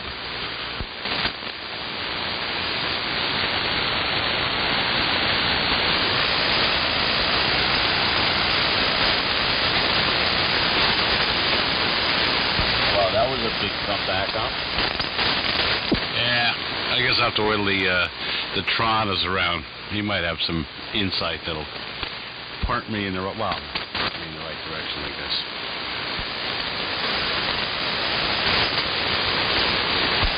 I'm not 100% sure, but I think that's the tube that's used far up towards VHF. Yeah, it does. I got one that's emitting a glow from the bottom and doing something weird. And I have 3 other tubes that look just like 4CX250Bs, except I can't see what the hell it says on them. I looked at them in the sunlight. I've stared at these things for months and can't find anything, except they look identical. And I wonder if I just pop one in there to see if what happens, whether I'll just blow the whole damn thing up or it just won't work right. Well, you could bring out the pins with an ohm meter, and if the filament's in the same place, I don't think it would blow anything up. You know, as long as the thing's not a totally different configuration, it probably just won't play. Oh, cool, that's a great idea. See, that's the kind of answer I was looking for, logic, that a mechanic will understand. Yeah, ohm out the pins, look up the 4CX250B and know where the pins are for the filament. It's just 6-volt filament, and ohm it out, and if they're in the same place, what the heck, yeah, pop one in there. See what gives. Thank you. That's exactly what I was looking for. That's what you get from a 50-year veteran truck mechanic. That's perfect. That's exactly what I'm looking for. Yeah, that's what I would do. You know, find the filaments. If the filaments both on the same pins, if they're both the same resistance, then they're probably both the same voltage. And yeah, you could try ringing out the filament to other pins just to make sure that they're not shorted or anything, and put it in. It's going to light up. If the filament's in the same place, it's going to light up. If it makes power, then it probably is a 250. If it don't make power, then it's either dead or it's something else. Pretty much the kind of answer I was looking for. That, I didn't think about the filament thing, but that's exactly the answer I'm looking for. Thanks. I appreciate the tip from KC2 Donut Hole University. We learned something today in the university. N1 BW. This is Charlie, Rhode Island. Thanks, Charlie. Yeah, Dave, here's Jim. And Tompkins Cove, around the banks of the Hudson River. Rockland County, New York. Bear Mountain, 3 miles south. Have you planes land on your river lately? No, I haven't seen one of them seaplanes land out there in a couple of years. Years back, there was some guy beaching one down there. I think it was putting around the end of the point down there, probably heading over towards Haverstraw. But no, I haven't seen one in a while.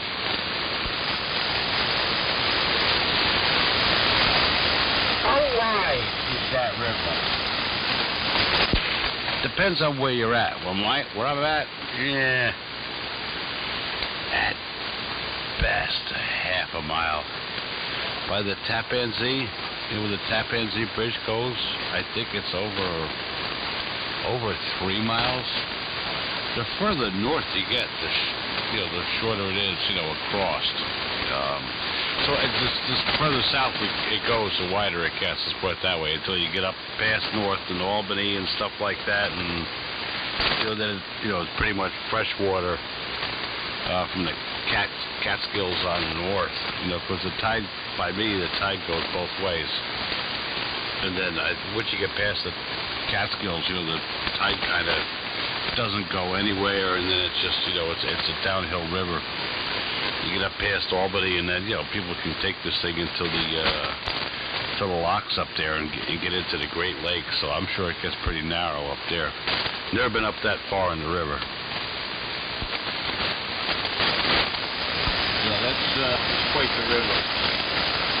Yeah, it only makes sense. If it's coming down toward the ocean, it picks up more tributaries, it takes up more real estate. Yeah, it's just wider, and we do have a tide here. I'd say the tide on the average is 3 foot. But the further north you get, and there's salt in it. It's not, salty, it's kind of salty. And the further north you get, it's fresh water and pollution. Then you get north of Schenectady, and then you kind of get rid of the pollution from GE, and it's more towards fresh water. Yeah, I've got a small river in my backyard. I'm right on a river. My property adjoins the river. And when I first moved here 40 years ago, you could smell the river from the house. There was so much pollution in it. We had plating companies and dye mills and chemical plants and everything else upstream from me. And the DEM came in, and they started making people fix things. They started shutting stuff down. And now there's fish in the river, and the DEM actually stops the patrol. Oh, that's pretty cool. Yeah, no, the river doesn't smell here. Go down the Bronx, it probably reeks, but last few weekends, wads of people climbing over the tracks down here, fishing because of I guess the stripers. They're probably done running now. I'm not a fisherman, but I guess the people come down here and they fish them striped bass because I guess they spawn, and they come up the river to wherever trends off to freshwater, and they do their dirty business there, and then they feed it back out again. So I guess these guys say, well, they're really good to eat because they're not feeding off the damn river. They come from the ocean, and they just go up to wherever the hell they go and spawn and drop their eggs and feed back into the ocean again. So you find these striper fishermen. Yeah, but then you get, lately there were just tons of people down here because I think there was nothing else for them to do. And I kind of wonder if some of them were just maybe feeding their family out of the damn river. A lot of Spanish guys, I guess, from Haverstraw that CSX finally had to start putting up signs down there. And, you really rarely ever see the railroad police down here. But, finally they would start hushing these guys out of here, which we didn't mind because there was just more of them than I've ever seen ever. It's a small, narrow road down here that comes in off 9W and goes back out to 9W. So it's probably about 3/4 of a mile long and half a dozen houses. Everybody kind of knows each other, but we're all really spaced apart, And you look down the road, and it'd be like 75 cars or better. And if you ever had to get a truck down here, you'd never get a truck down the road. They would just park all over the place. And then it was kind of funny because when they were leaving, they were sliding off into the ditches, and there were tow trucks down there pulling them out of the ravines. It was kind of hysterical. But they got these little kids out there, and they're playing on the damn tracks, and the trains are coming by. And the conductors are in the trains, and they're having a stroke. Because the last thing, the train, engineer and the conductor want to do is, hit somebody on the track, especially a pedestrian. And then they're all just out there lottie-dottie-die sitting on the rails and stuff like that. And, it could be a pretty busy freight line from time to time, so they finally kind of calmed it down, but I think the season kind of fizzled out. And, they finally put up signs and stuff like that, and then there has been a police presence, which there never is down here, unless there's a cop sitting in his car eating his donuts and filling out his scratchies. KC2DHU. Sorry for the ramble. Yeah, I can imagine. They conducted not only the fact that taking a life, but all the paperwork involved. Oh, hell yeah. Actually, a couple people have jumped from the train, in front of the train down here. There was one Halloween, a guy jumped pretty much in front of my house.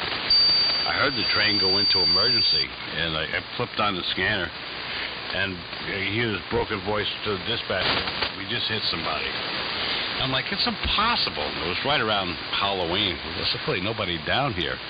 I think, maybe some kid that was on the other side of 9W that were down here playing with a dummy and throwing it in front of the tracks, a scarecrow or something like that. So I'm out there, walking around with a flashlight, and this train is stopped down the tracks a ways. And all of a sudden I see a pair of shoes between the rails. And I'm like, what? They're still tied, Now I can see a body, and I said, it's not good. It was some guy that lived up on the other side of the 9W there, and he thought he had cancer and this, that, and the other thing. He just decided to end his life, and apparently came down here and was hiding behind a tree until the train came, and he just jumped in front of the damn thing. But these guys, I don't know how they live with that, but there's nothing they can do about it, of course. You can't just stop this thing on a dime. But, it's got to play heavy with you. Yeah, when I wasn't turning wrenches on the 18-wheelers, I drove them. And I was coming through the city from Providence one day, and there's an 18-wheeler pulled off right where 146 during 95 on the interstate. And, sitting in the cab of the truck with his head on the steering wheel. As I got to him, there was a car on the side of the road, and there was a pair of shoes for his lane. And, as I went by him, there was a body in front of the truck with his jacket over it. A woman decided that she couldn't take no more, and she stepped out of her car on the interstate, a breakdown lane right out in the first lane right in front of her. I couldn't help but feel bad for the guy. This is poor bastard trying to make a living, and now his head's gonna be messed with forever. Yeah, that actually happened to a buddy of mine in a truck. He was driving a roll-off for a garbage company, and some guy had left he worked for the town. It was like a souped-up Nova, and left the town garage and headed south on 9W, and then just cut the wheel right in front of the roll-off going the other way. He just buried this thing under it. Naturally the garbage truck, the roll-off truck, it took the axle right out of the truck, took the roof off of the car. And the guy was, the people, at Orangetown, they said the guy, he had a bad marriage, and he was always bitching about it, this, that, and the other thing. He said, I'm going to kill myself one day. And everybody really didn't take him seriously at all, because he was always just bitching about his ex-wife or whatever. And one day he did it. Yeah, it kind of screwed my buddy up pretty bad too. But it's tough. It's definitely tough. KC2DHU. KC2DHU and 1XDW. Yeah, this is when the band gets good now. Very well, in the last half hour, all the fluctuation went out of it. I hear everything everybody's saying. Really, you're out, man. It gets strange at my antenna to hear people. My location, I'm right down in the valley. My antenna's not very high because I don't have anything high enough to really put them up on. And postage stamps, so I'm very limited to length of my antenna. But once it gets to this time of the evening, straight it out. I can talk all over the place, no problem at all. Yeah, I kind of get that too, because it's, my antenna's not high. Yeah, I'm right at the river here, but usually if I could hear him, I could usually talk to him. But I think it's just band conditions. Sometimes in the evening it's really good. And, sometimes in the morning it's good on the weekends when I'm home, and then like during the daytime it just kind of goes away. Yeah, if I turn it on and the guys I normally talk to is out in the mud, a lot of times I don't even bother to use it up. I just, what's the point? They might tell me they hear me fine, but if I can't hear them, what good is it?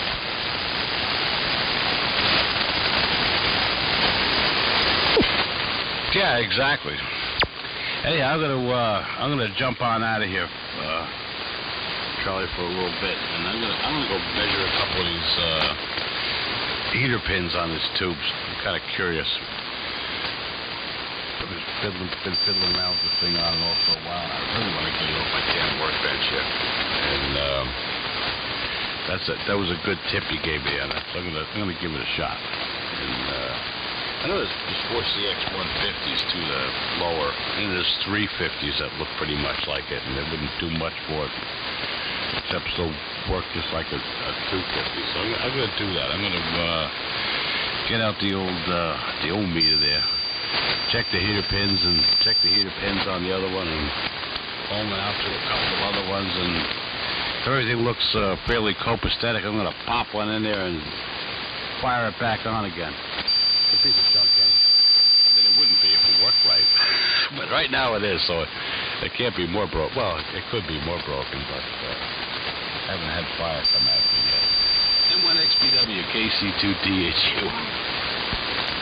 KC2DHU, M1XBW. Okay, Jim. We'll let you go. Go fiddle with the tube. Maybe you can,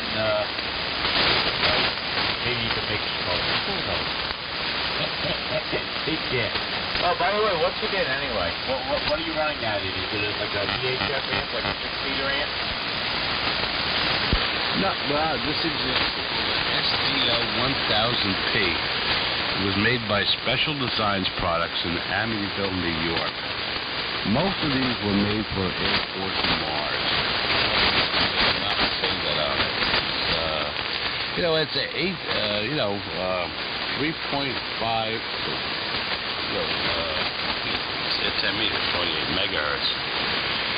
It was never connected up for the 2.2 to 3.5. I don't think this one was marketed as the Air Force Mars amp. It just needs another air variable in it.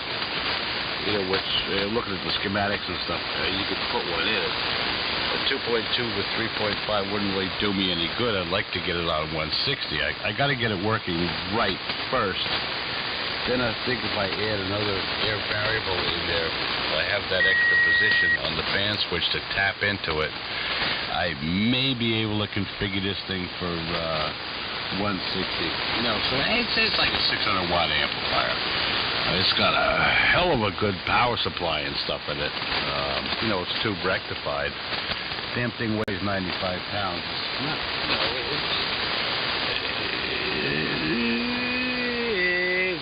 it's basically an SP220 or something like that, probably in size. I did modify it for push to talk and stuff like that, because you had to switch it in and out manually.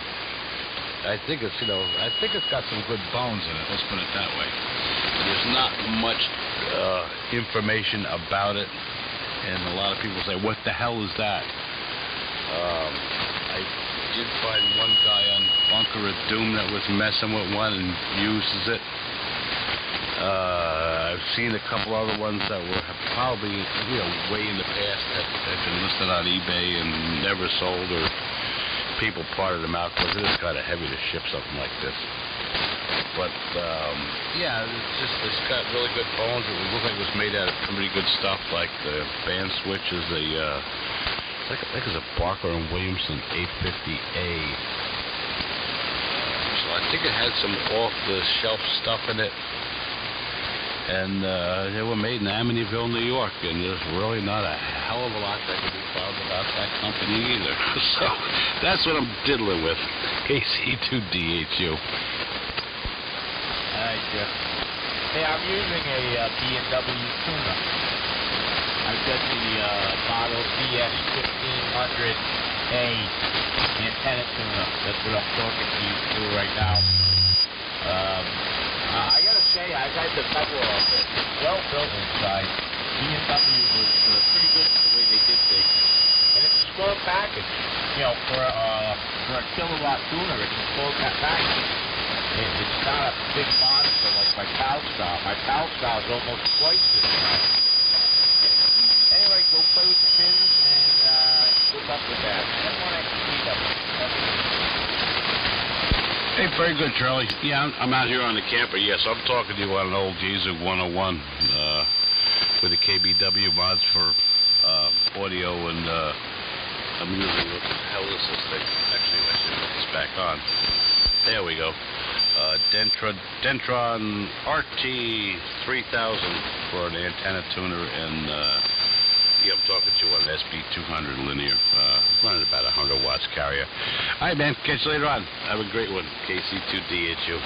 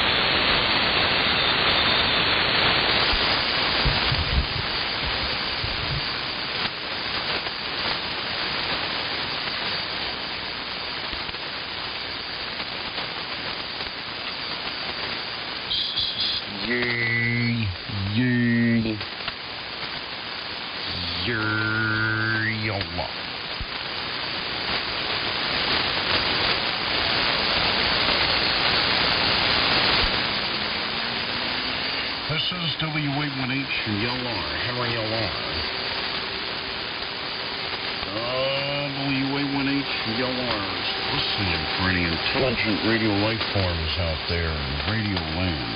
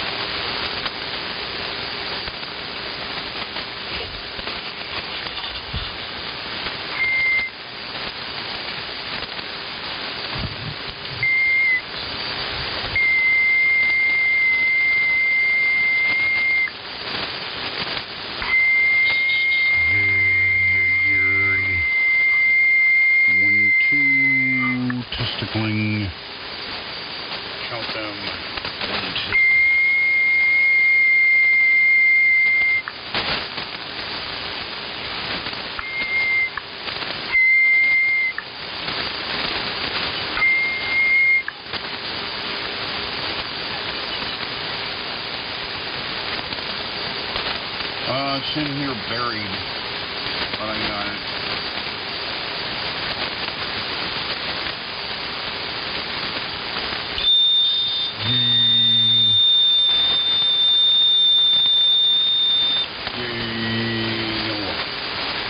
Hello, testicling, counting, going Sue. This is WA1H, yell R. WA1H, yell R is testifying and whistling around.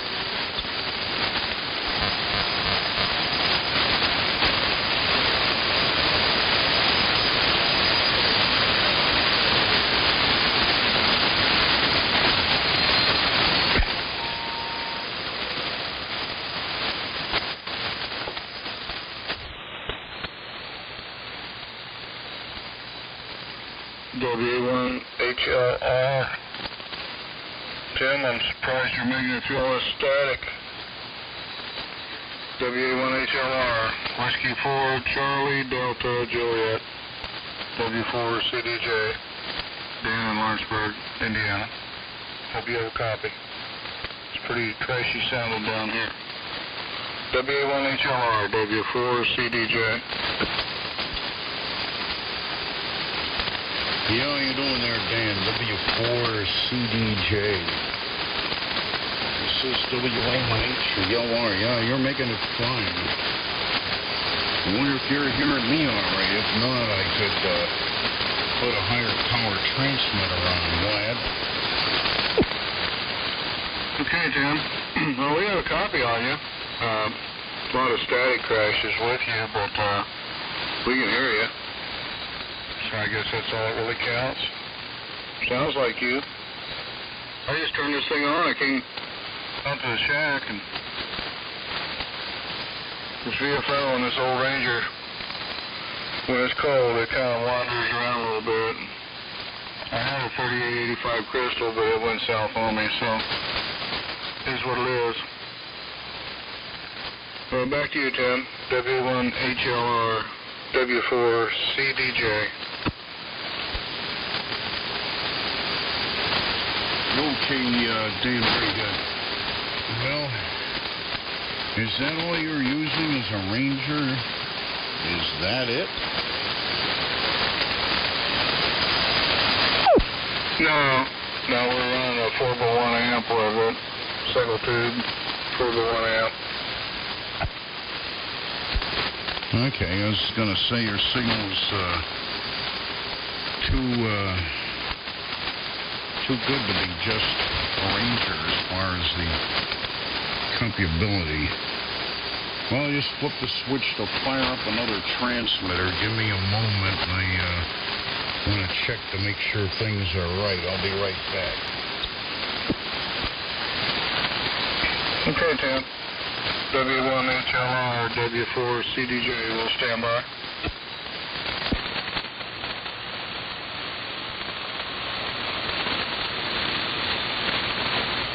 Alright, W4CDJ. This is WA1HLR. How's this? That's a good strong carrier, Tim. Audio's a little low, but good strong carrier. No doubt about that. You're covering up the static crashes now, that's for sure. Well, we've had a lot of rain here in southeastern Indiana, Tim. That's about all it's been doing. Finally this afternoon, about 1:32 o'clock, the clouds broke up a little bit and turned into a beautiful evening here this evening. Looked out across the pond, and there's a mallard duck and his girlfriend down there sitting on the dam. A doe down there at the hedgerow eating honeysuckle, and so maybe things are going to turn around and the weather will get better, and who knows, maybe even this virus scare will go away and everybody get back to totally normal. I don't know. It's a mess right now, I'll tell you that. W1HLR, W4CDJ. You okay, Dan? Very good. Yep. Well, it's an extremely hot and pussy day here. Just hot. Gonna get pussy later on next week. It was up near 90. Well, the thermometer that's under the overhang over the front door was indicating 100 degrees. So, she's up there. That's for sure. And yeah, the audio should be there. Well, that's weird. It's dropped off a little bit.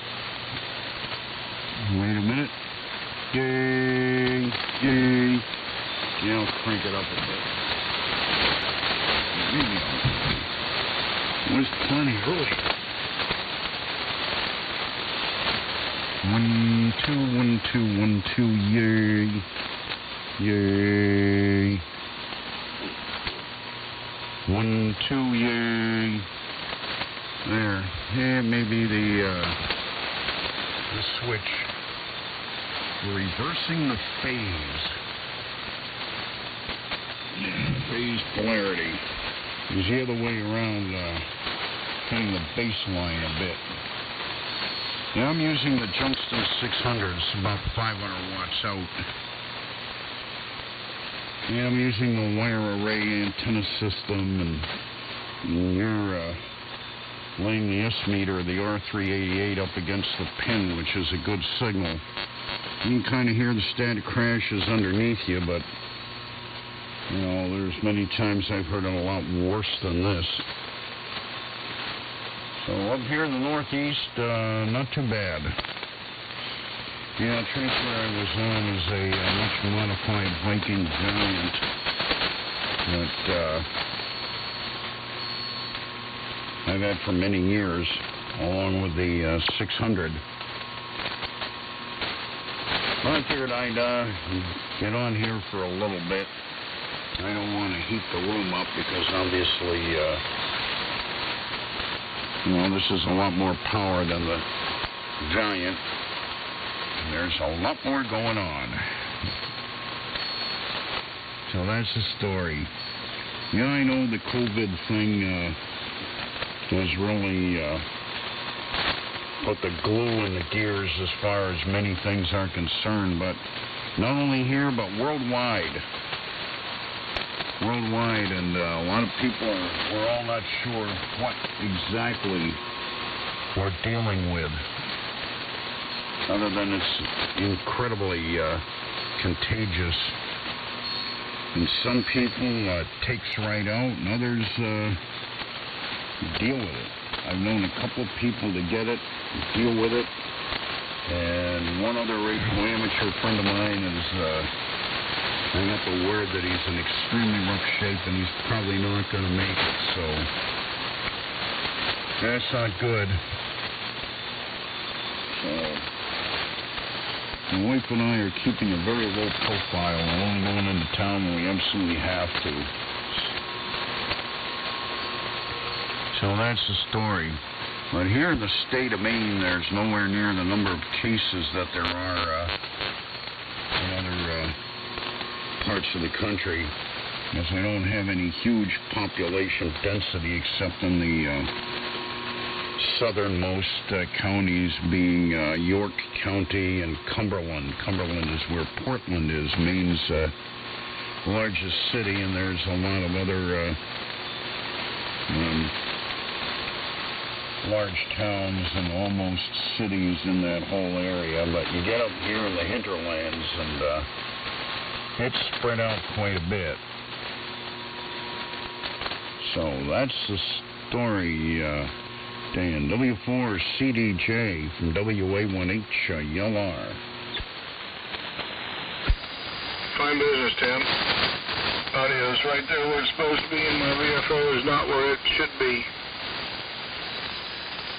WA1H YLR, W4 CDJ. You know, my wife and I have been doing the same thing with this virus deal going around. We're both 70 years old.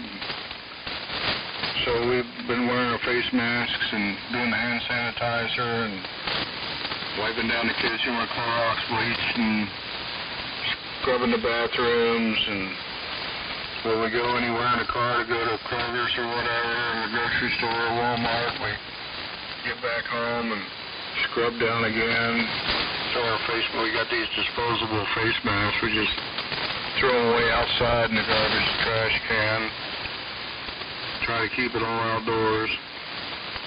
When the mail comes, I get it on a mailbox with a pair of gloves on. I put it in the garage, leave it sit for about 6 days. Just so far, we haven't been late paying any bills, so I guess that's all right. But I have a theory. You know, Tim, you're talking about population density and things of that nature. You know, there's airports here in the U.S. that accept a lot of trans-Pacific flights. Seattle's one of them. Los Angeles, Detroit, Toronto, Canada, LaGuardia, or JFK. Probably Atlanta. I never flew from China to Atlanta, but I've flown from China to the rest of them. I worked over there for a while. So I'm thinking the best way that stuff could have got here was on an airplane, as fast as it got here. And then, you know, people just got off, went through the terminal, went where they went, and met the people they met, and worked with people they worked with, and then they got on another airplane, went someplace else, and so it's an awful thing, but it happened. Can't stop it, just gotta fix it. Just hope our scientists can come up with some antivirus vaccine to take care of the next generation, so if it does rear its ugly head, it won't be as bad this time. But yeah, my age and my wife's age, we've been very cautious, very careful, maintain our social distancing. We'd both love to see our great-granddaughter, but we haven't taken that chance because, you know, we don't want to either cause problems there, and we certainly don't want it coming our way either. And this asymptomatic thing is pretty incredible. You know, there's people who's got it that don't know they have it. So they could be carrying a virus, giving it to somebody else, and totally unsuspecting. Well, enough of the gloom and doom, I guess. Hope the Ranger's holding up okay and the audio's respectable. Or at least you can understand what I'm saying. That's all that really matters at this point in time. Just good to hear you, Tim. WA1HLR, W4CDJ. Okay, Dan, very good. W4CDJ from WA1HLR. Yeah, well, I'm the same age as you. I'm 70, and my wife will be 65, so we both feel that there's a bullseye on our backs.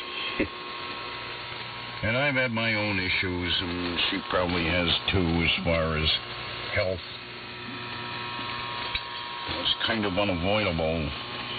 You know, I had been dealing with Lyme disease, and I believe I'm pretty well out of the woods there. But the meds I was on really knocked the snot out of you. So I'm feeling a lot better, but got a ways to go. I just don't feel like doing much anymore. And I got a lot to do. Well, I did a few little things today that I've been wanting to get done here. Well, it's just very hot. You know, when it gets real hot, we both lose our, excuse me, lose our motivation, if you will. So I'll try and keep it up. Keep it up indeed. Well, the Ranger's doing okay. It sounds like you might be on the edge of overdriving the 41000, but so be it. Yeah, some time back, a friend of mine gave me a homebrew 41000 amplifier, rack-mounted, with a power supply, and it's out in one of the other trailers that I'm going to play around with the thing, and I got a number of small transmitters I can use as exciters.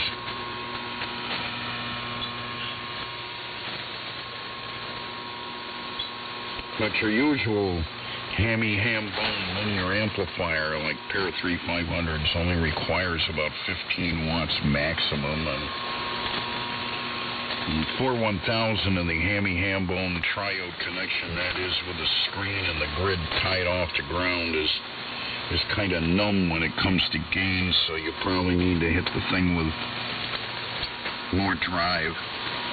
And once you get the plate voltage up to 5,000 or 6,000 volts, you don't need as much drive, and it works better. So that's the story. I've never used a 41000 linear. I did build a 41000 plate modulated transmitter back about 45 years ago. Actually, 50 years ago, I started groundbreaking on the chassis in '69. And I didn't get the thing up and running and modulating until the early 70s. And I went through a number of changes and improvements, followed me around, and eventually wound up here, and I lost it in the fire in '92. But I could run as much as 5,500 volts on the plate on both the 41000 and the final, and the pair of 41000s as modulators. Now, that was an effective transmitter. I really miss having that thing. This Junction 600 pales in comparison. And I'm wondering if I'll live long enough to put something like that together, but I've learned a whole lot more since then, and been involved with a lot of transmitter stuff back in the 90s and into the early part of the decade. And I don't have a workshop here, and I'm limited for space. And that really puts the kibosh on things. So, thank you, Dan. W4CBJ, or CDJ, I think, from W81HLR. Fine business, Tim. W81HLR, W4CDJ. I dragged my feet there for a minute. I heard somebody tuning up off to the side of you. I'm got a Raycal receiver here, and 6.5 kc on the bandwidth, and they were out there on the edge putting a little heterodyne in, but maybe they're going someplace else. I don't know. Didn't hear anybody. You may have. Well, you know, Tim, everything I got is kind of old and junk. A lot of it secondhand. None of it worked when I got it, and I patched it back together best I could, pretty much. But I have fun with it. Yeah, I don't think I'm really overdriving the amp. I mean, there's no color in the tube, so I could probably raise the voltage on a little bit and clear up that problem you were talking about. I probably don't have enough plate voltage on it. That is what it is. Seems to be working there, so I'll just leave it alone. Antenna here's a double bazooka, about 50 feet at the apex, and pretty much cut for this frequency. I got a bird here. It's showing about 300 watts, and when I turn the slug around backwards, it just stays on 0. So and it's coax fed, no tuner or anything like that. So pretty happy with the way it's working so far. Well, listen out there, Tim. See if there was somebody up your way that might want to come in and join us.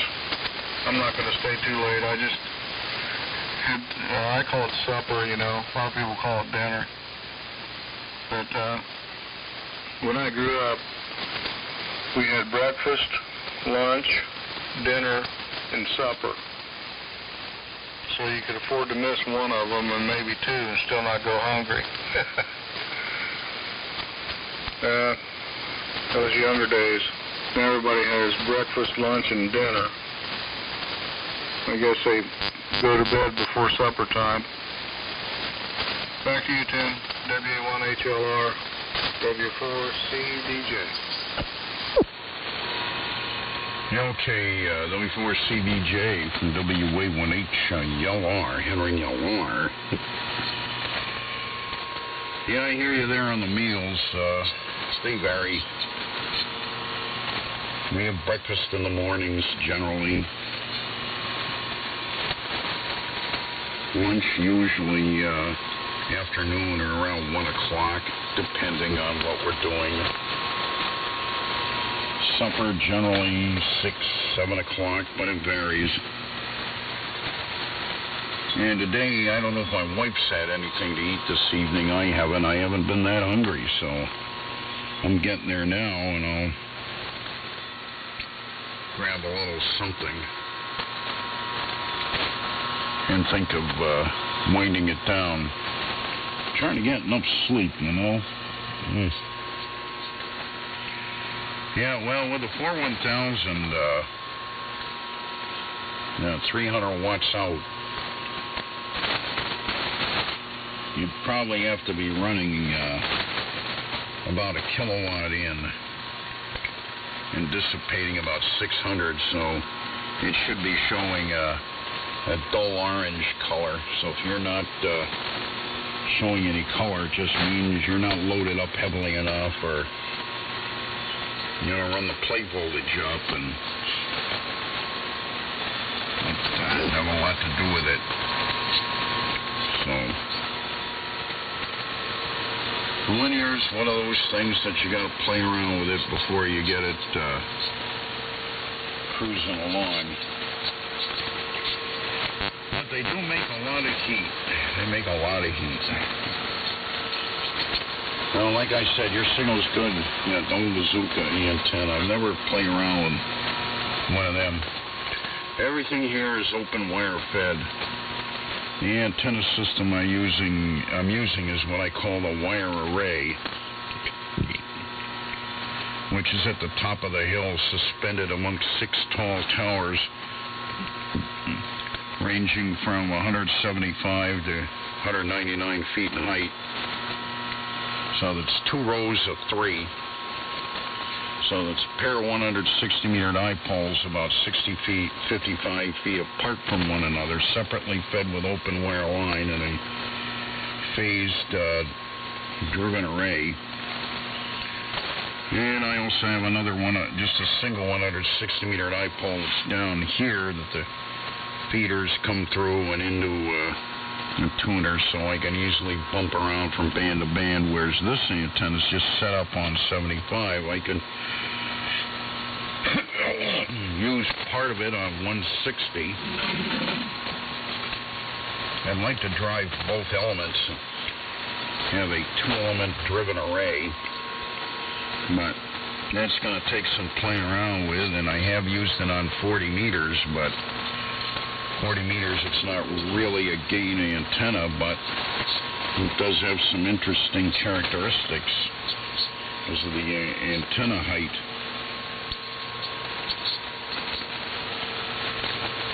So I got a 600-foot run of 1.25" foam dielectric heliax, most of it underground, going up to the top of the hill, and then eventually into the blockhouse, as I call it, which is a small cement block building, and that's where the tuner resides. So there you go. I'd like to be able to remote things where I'd be able to switch bands and and move the frequency around, because I do operate other places on 75 and 80. There's a few guys and myself that operate around 3705. And by the time you get down there, the match is not good. But we have a mild ice storm. The ice will totally detune the antenna for up here, and sometimes it's quite usable down on 3705. The sun comes out, things warm up, ice melts off, and then the tuning goes back to this part of the band. So that's the story. Anyway, have a good evening, and good running into you this evening, Dan. I'm going to listen in here a little longer, and I think I'm going to call it quits. W4CBJ from WA1HLR. Have a good night. Okay, Tim. W1HLR, W4CDJ. Yeah, it's kind of funny what ice will do on an antenna. Well, we had a bug come through here, I guess maybe now about 3 years ago, called the emerald ash borer. And behind my house here, well, gee whiz, probably about, I'd say 100 yards behind my backyard was full of ash trees. Got a few hickories, some oak, but mostly ash. And it was so thick back in there, and those trees were, some of the ash trees were like 2 feet in diameter. So it would have been impossible to noodle any wires back through the woods to put up anything. But now they're all bare and starting to fall.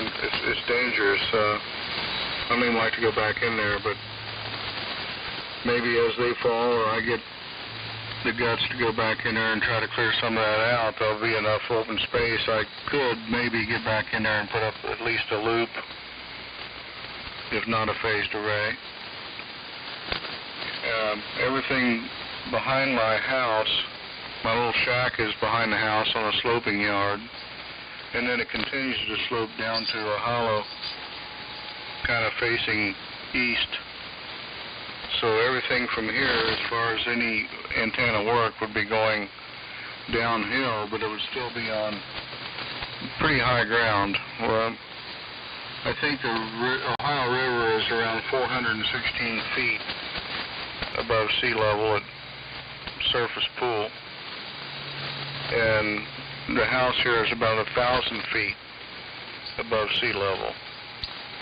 So we would still be relatively above the Ohio Valley, I guess I'd say. Best I could say. But anyway, I'll let you go, Tim. Been a pleasure talking to you. Enjoyed the QSO. And your audio's up there. Your signal's good. Sounds like you. It's nice to be able to talk to a station that can clear the static crashes that we're hearing here tonight in southeastern Indiana. Take care, and don't catch this bug that's going around. We'll catch you later. WA1HLR, W4CDJ. We'll be clear. Okay, Dan, see you later. And Zero Alpha,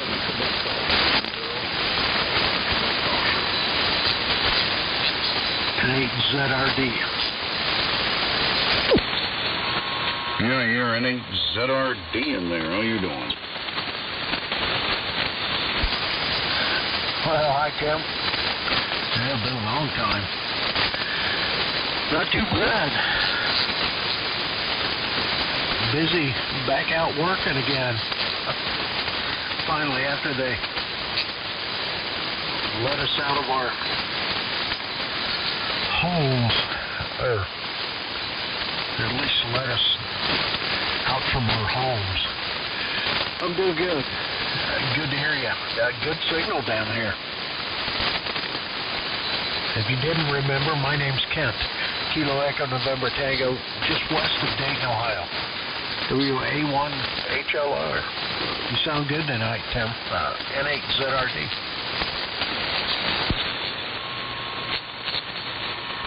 Yo, okay, Kent, very good. Well, you're very Q5 in here. A little weaker than Dan CBJ, but not by much. The audio sounds good. I'm going to try something here.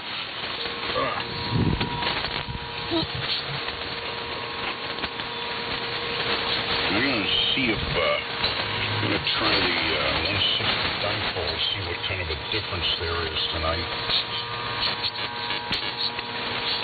I wonder what my signal did. This is my usual local antenna. This is a 160 meter dipole, about 45 or 50 feet up.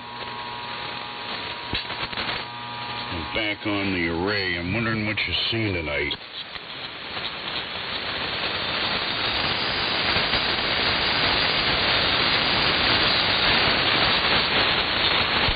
Kent, go ahead. Yeah, sorry about that. Yeah, actually, I was switching antennas also in the meantime. But, yeah, I went to a receive antenna, which is a loop on the ground. And your signal came way up, and the noise went way down. So let's try that again on a different receive antenna. Again, this is it's a quarter wave on 160, and it is buried about 2 inches underground. Fed with 75 ohm coax and a little hand-wound ballon, or not ballon, but matching transformer. Let's try that again. WA1HLR N8ZRD. Okay, very good. A buried loop antenna.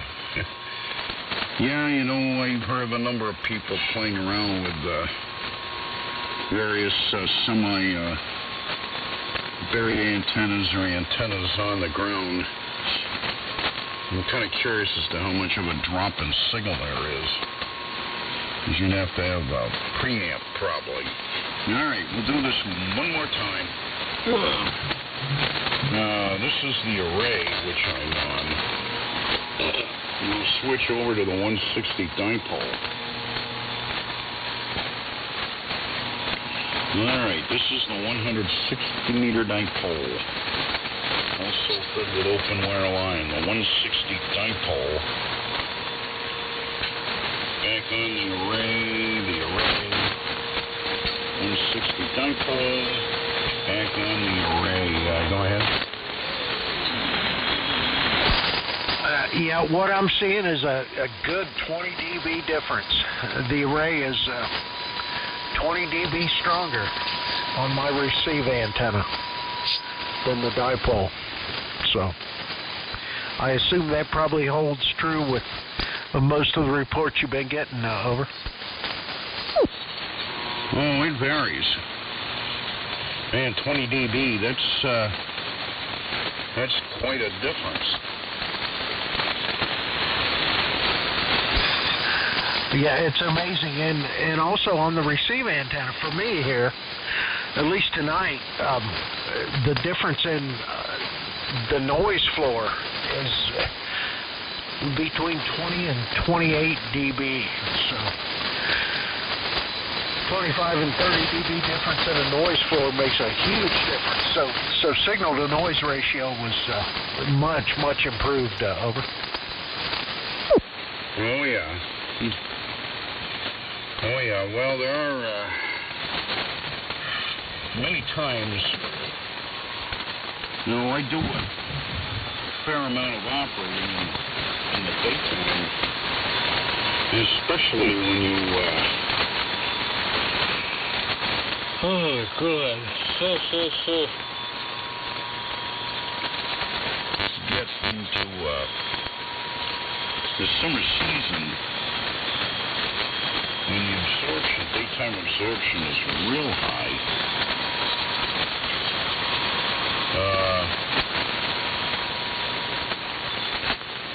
the noise floor at times from some kind of neighbor's electrical garbage from time to time, or other stuff, or just the ability to hear, for instance,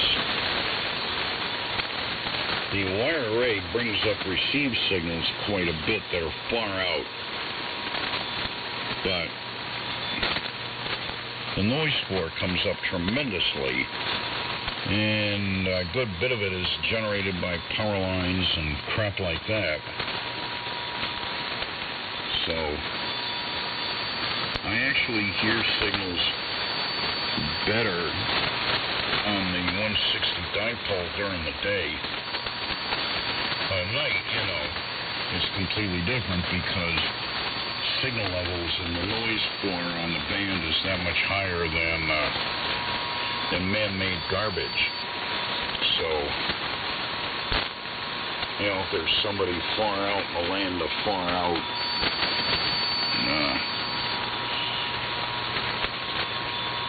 I can generally hear them on the array where I can barely tell they're there on the 160 dipole. So I have to try that sometime, is just go out in a certain area and lay down a loop.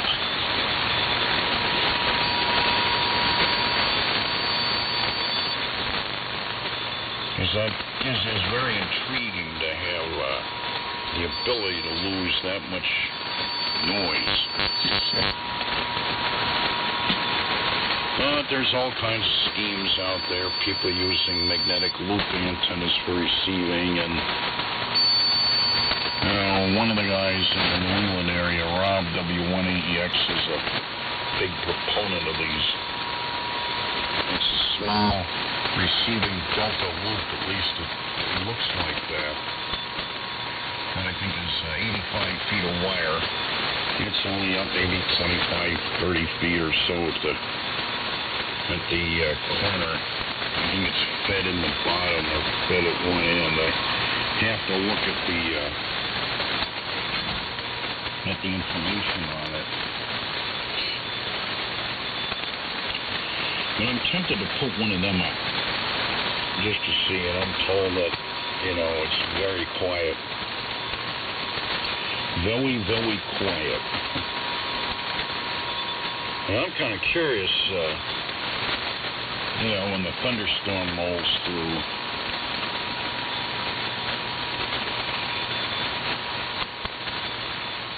excuse me, how well it works. A lot of things to consider there, Kent. Well, I know how much longer I'm going to stick in here, man. I'm starting to wind down again. I have not been getting enough sleep. Geez, getting on towards 10 o'clock. So usually I head to bed around now. Then I'll wake up 4 hours later, and then I'm wide awake, can't sleep, Sometimes I come out here and bang and clang about, but it seems like the days of people staying up real late, particularly on a radio, become few. Steady in all these speakers and their race boxes and keep over the antennas that just can't make the grade, and they think because they hear you that you should be able to hear them. Well, it doesn't work that way. I'm sure you know that. ZRD from W1HQR.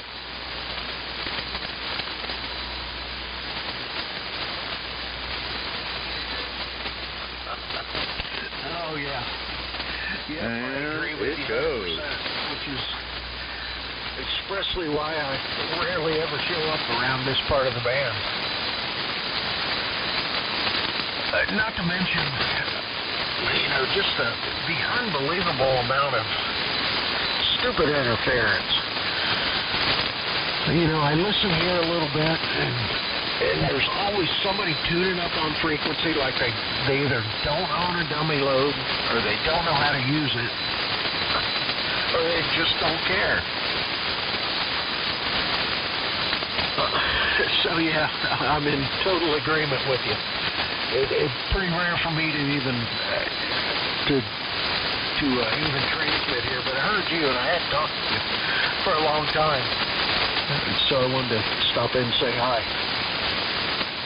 Anyway, yeah, I've been doing a lot of operating down around 3695, 3705, in that area. Much quieter, much, well, maybe not so much quieter atmospherically, but it's quieter as far as the amount of stupid interference that you get.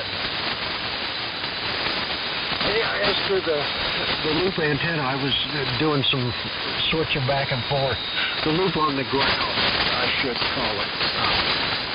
Just a receive antenna, a very simple design, but amazingly, I was using it the past couple nights on the low bands, and I'm talking below 160 or below the broadcast band, long wave. The NDB beacons, I mean, it was amazing. And I'm using an SDR receiver, which is, so you can see it all.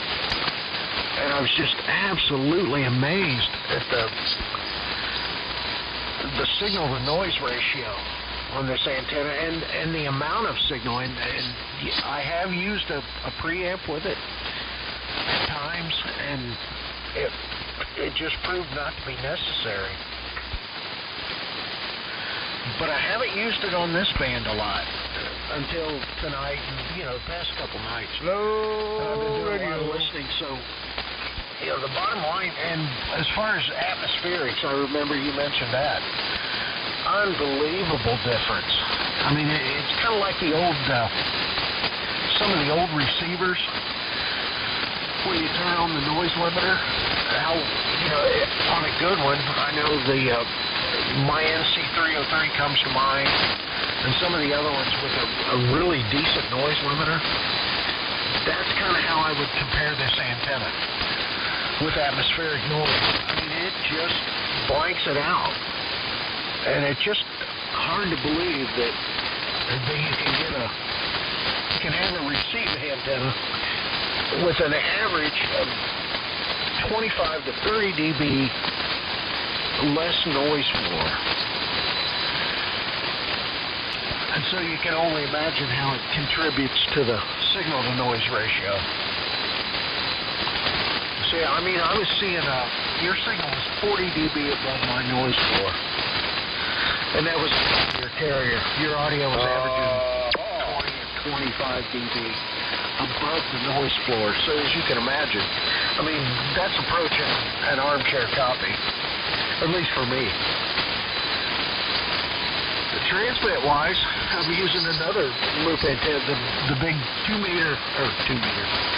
wavelength, 160 meter loop. A resonant right around 1750, right above the broadcast band. Yeah, water buffalo. That's how it is. Always the water buffalo. One balanced, one key network. Yeah, depending on the transmitter I'm using. But I've done what you said, experimented with various big water buffalo, yeah, 800. K9, what was it, K9AV or K9AY, kind of a interesting loop configuration. But this one, for the simplicity of construction, you can just stake it down. This one happens to be a quarter wave, about 250 feet on that 160. But the performance on the long wave bands and 160 and 80, and even up on 40, is just extremely impressive. I mean, to me it is. And like I said, I've done a lot of experimenting also. So I don't know, I understand. I'm usually up by 5:30, 6 o'clock, and kind of like you, try to go to bed by 10. Usually get 3 or 4 hours before the puppy dog wakes me up, and then I'm up for a couple hours, and then try to get another couple hours. And But yeah, I haven't lost a lot of sleep over this virus crap, but thankfully I don't know anyone who's been sick, but certainly feel for those who have. 73 Tim, good to hear you. WA1HLR. Hopefully you're still hearing me. N8ZRD. Yeah, I hear you fine. I mean, you're doing all right. The static is in there crunching away, but you're comfortably above it. Yes, indeed. Dummies that don't know how to use a dummy load. Well, there's a philosophy I've had, and that is you run more power than what they are and have more signal that they're capable of throwing at you, and just mow them under. That's what you gotta do. Well, the summertime means a lot of heat being generated, especially if it's a linear amplifier. And I built up a pretty good sized amplifier back in the 90s, and it's a grid-driven tetrode, and I could easily plate modulate it. I can't run it at the power that the tube is capable of, but it would be right up there, or maybe a little bit better than what my 41000 rig did. So I need to get that thing back online. So, you know, if indeed your S metering is correct, you know, I find it hard to believe that there's a 20 dB difference. But I've gotten reports like that before, and then on the other hand, I get reports like, yeah, you're a little bit better on the array, but only by a few dB. But it's all dependent on conditions. You know, I pretty well average things to how it probably should behave. And usually, like with my friend Don, K-Full KYV, most of the time there's a 10 dB signal improvement on the array. That's significant. At the 160 dipole, I mean, it's probably better than what a lot of people have, but it's only up about 40 feet or so, 35 at one end, probably 70 at the other end down the hill, and centers up about 45 feet.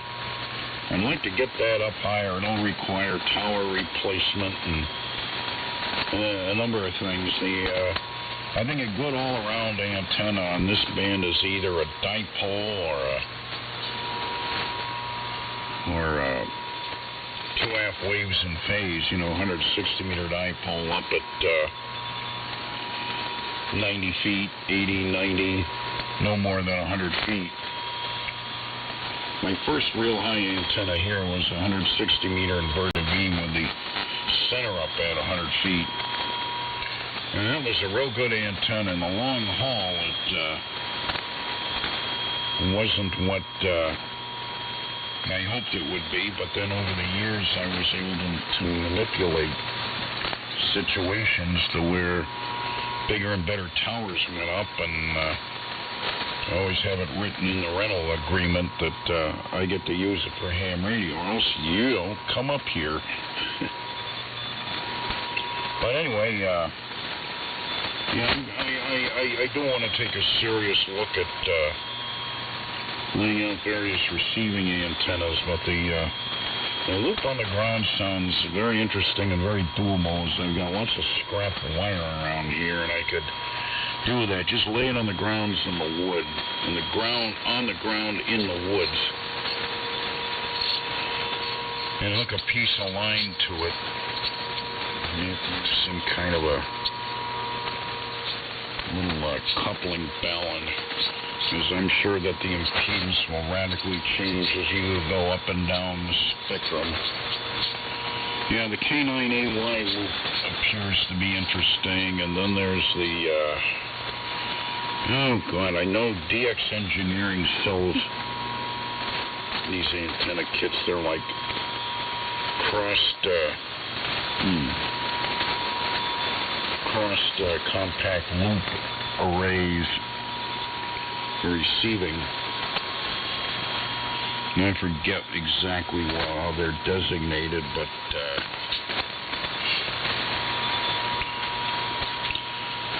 would be interesting. Anyway, I'm going to cut out of here. I want to get a little Sunday meeting, and then I'm going to call it quits for a while. Henry Yellar never quits. Well, good running into you, Kent. Yeah, I'm pretty familiar with 3705. I generally get on there in the mornings now because, you know, as you say, stupid interference. You get on up here, and there seems to be an ongoing QSO in the south that they go away, you know, the band conditions deteriorate, then others come back on, and they don't seem to,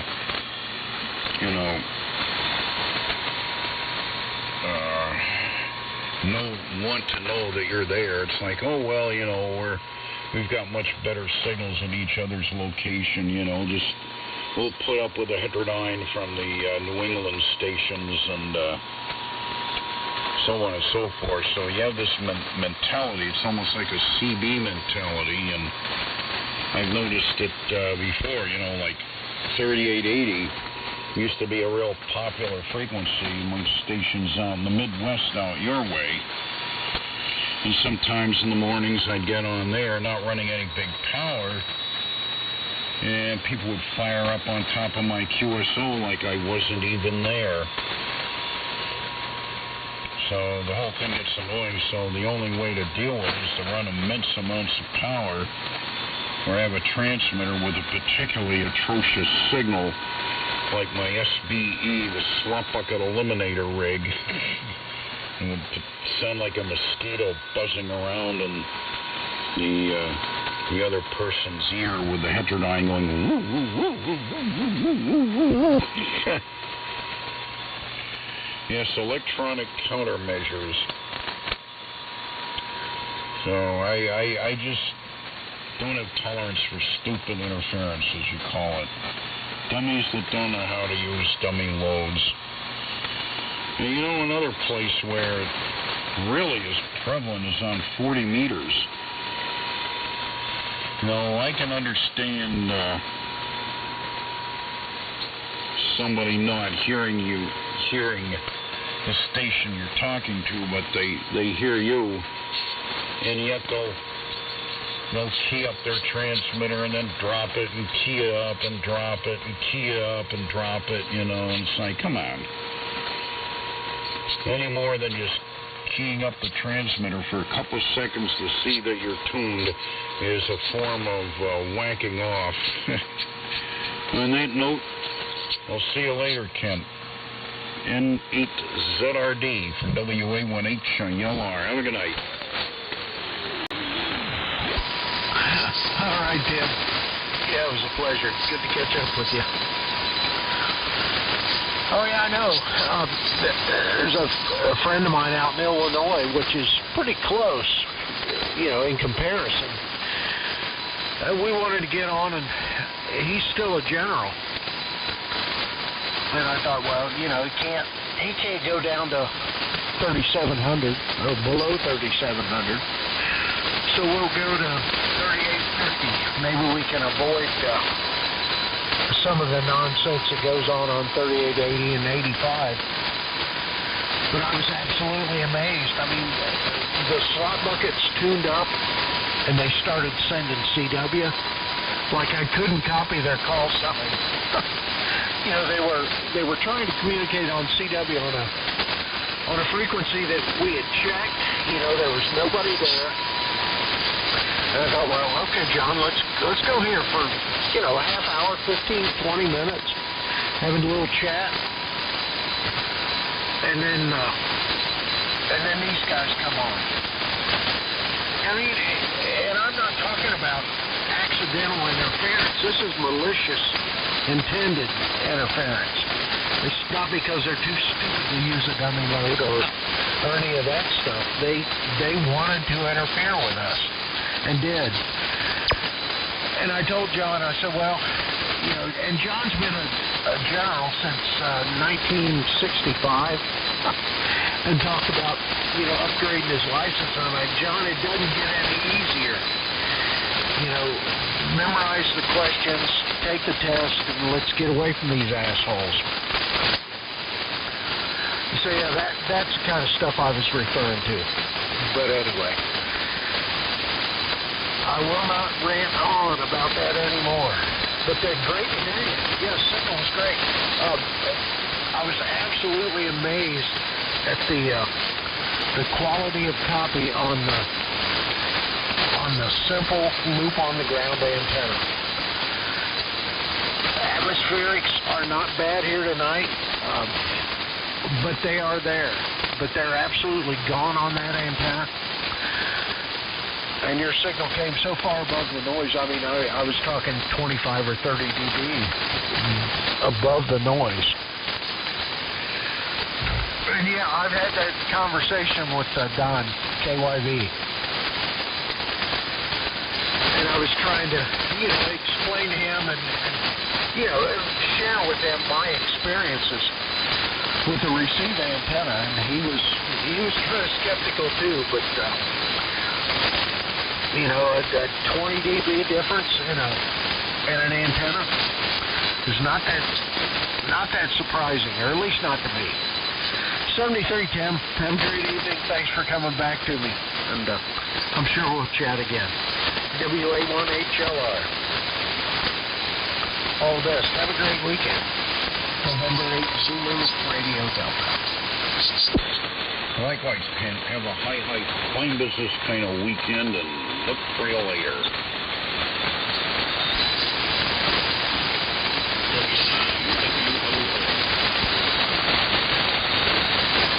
Who's that?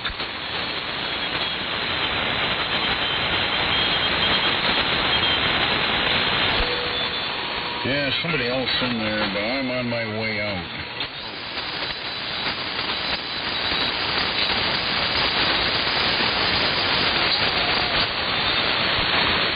There's somebody in there, but you're kind of under the static a bit, and I gotta sign out. This is WA1H and LR. Okay, WA1HLR, W9WO. I didn't think I was going to hit you, but I thought I was going to be able to get NHDRG. This is W9WO. Yeah, copy that. W9WOO. And WA1H LR.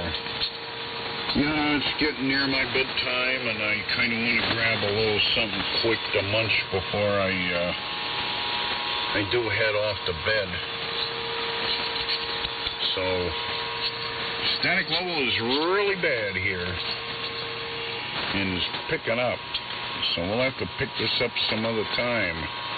W9WOO from WA1H and LR. Have a good night. Okay, Tim, appreciate it. Appreciate the comeback. I knew you were trying to get out of there. I was listening to your shoot, so have a good one, Tim. This is W9WOO. I'm clear from there.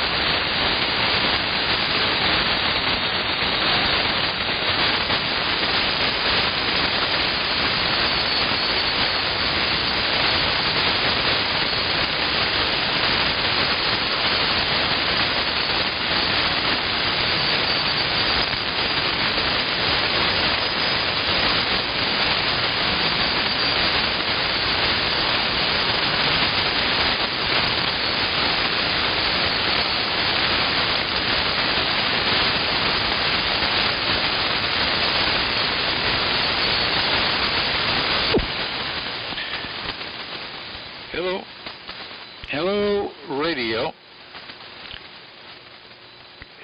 QRZ is the frequency in use. Anybody using the frequency?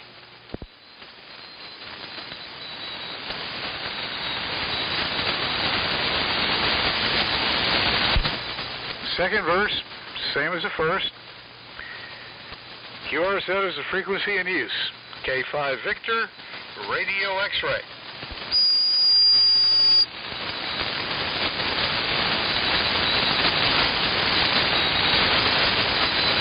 All right. I'm going to try and call CQ here. Hello, CQ. Hello, CQ. Calling CQ on noisy 75. Calling CQ, calling CQ, calling CQ 75 meters AM phone.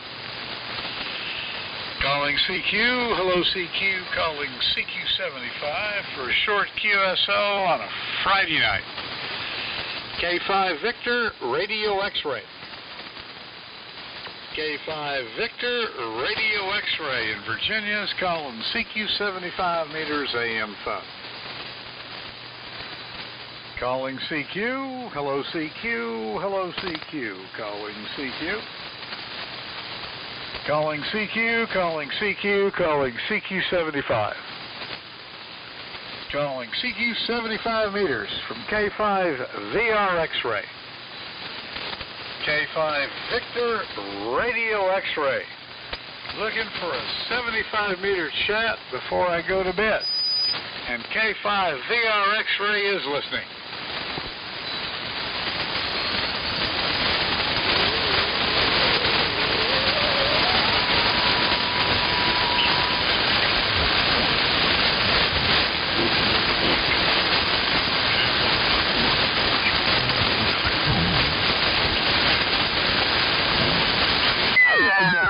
This 9 plus 10 dBs QR Nancy. I'll try one more time. Reach over there, guys. If you're listening, turn on the filaments. Fire them up. Warm them up. Give me a call for a short chat. Calling CQ. Hello, CQ. Calling CQ 75. Calling CQ. Calling CQ. Calling CQ 75 meters. Hello, 75 meters AM phone. K5 Victor, radio X-ray. K5 VR X-rays calling CQ75 while the XYL is doing the dishes. Hello, CQ. Hello, CQ. Calling CQ75 meters.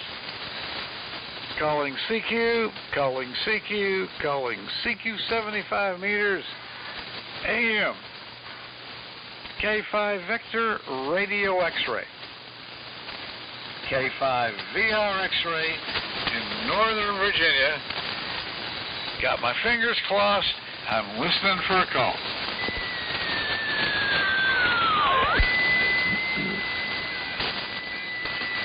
K5 VRX. K5 VRX. How you doing there, Roger? WA2 PJP, Long Island. My heart soars like the hot show. Somebody was calling. I could actually hear them. They were S9 plus 10. But you had come in, of course, with KW1 power, or Apache power, or a gazillion other radios power. I'm truly tickled. WA2 PJP, K5 VR X-ray, my friend. You're making me smile. My wife is doing the dishes. We were up extra late with the hypersleep time warp due to quarantine. Fill me in on how you, the kidlets, the missus, the quest for a new TTH is all going on.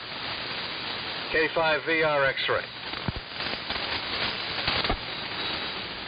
Yeah, K5 VRX. WA2 PJP returning. All right, Roger. Yeah, real good to hear you tonight. Got a strapping signal up here into Long Island as usual.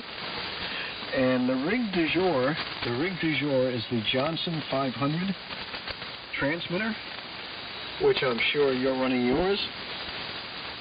And I'm on the NC 400 receiver. But glad to hear you on. Okay, and the wife doing the dishes. My wife is in bed. She was a little tired from running around with the little ones all day today. And actually, I'm a little tired too. We got up very, very early this morning because my two little ones were in the bedroom with us.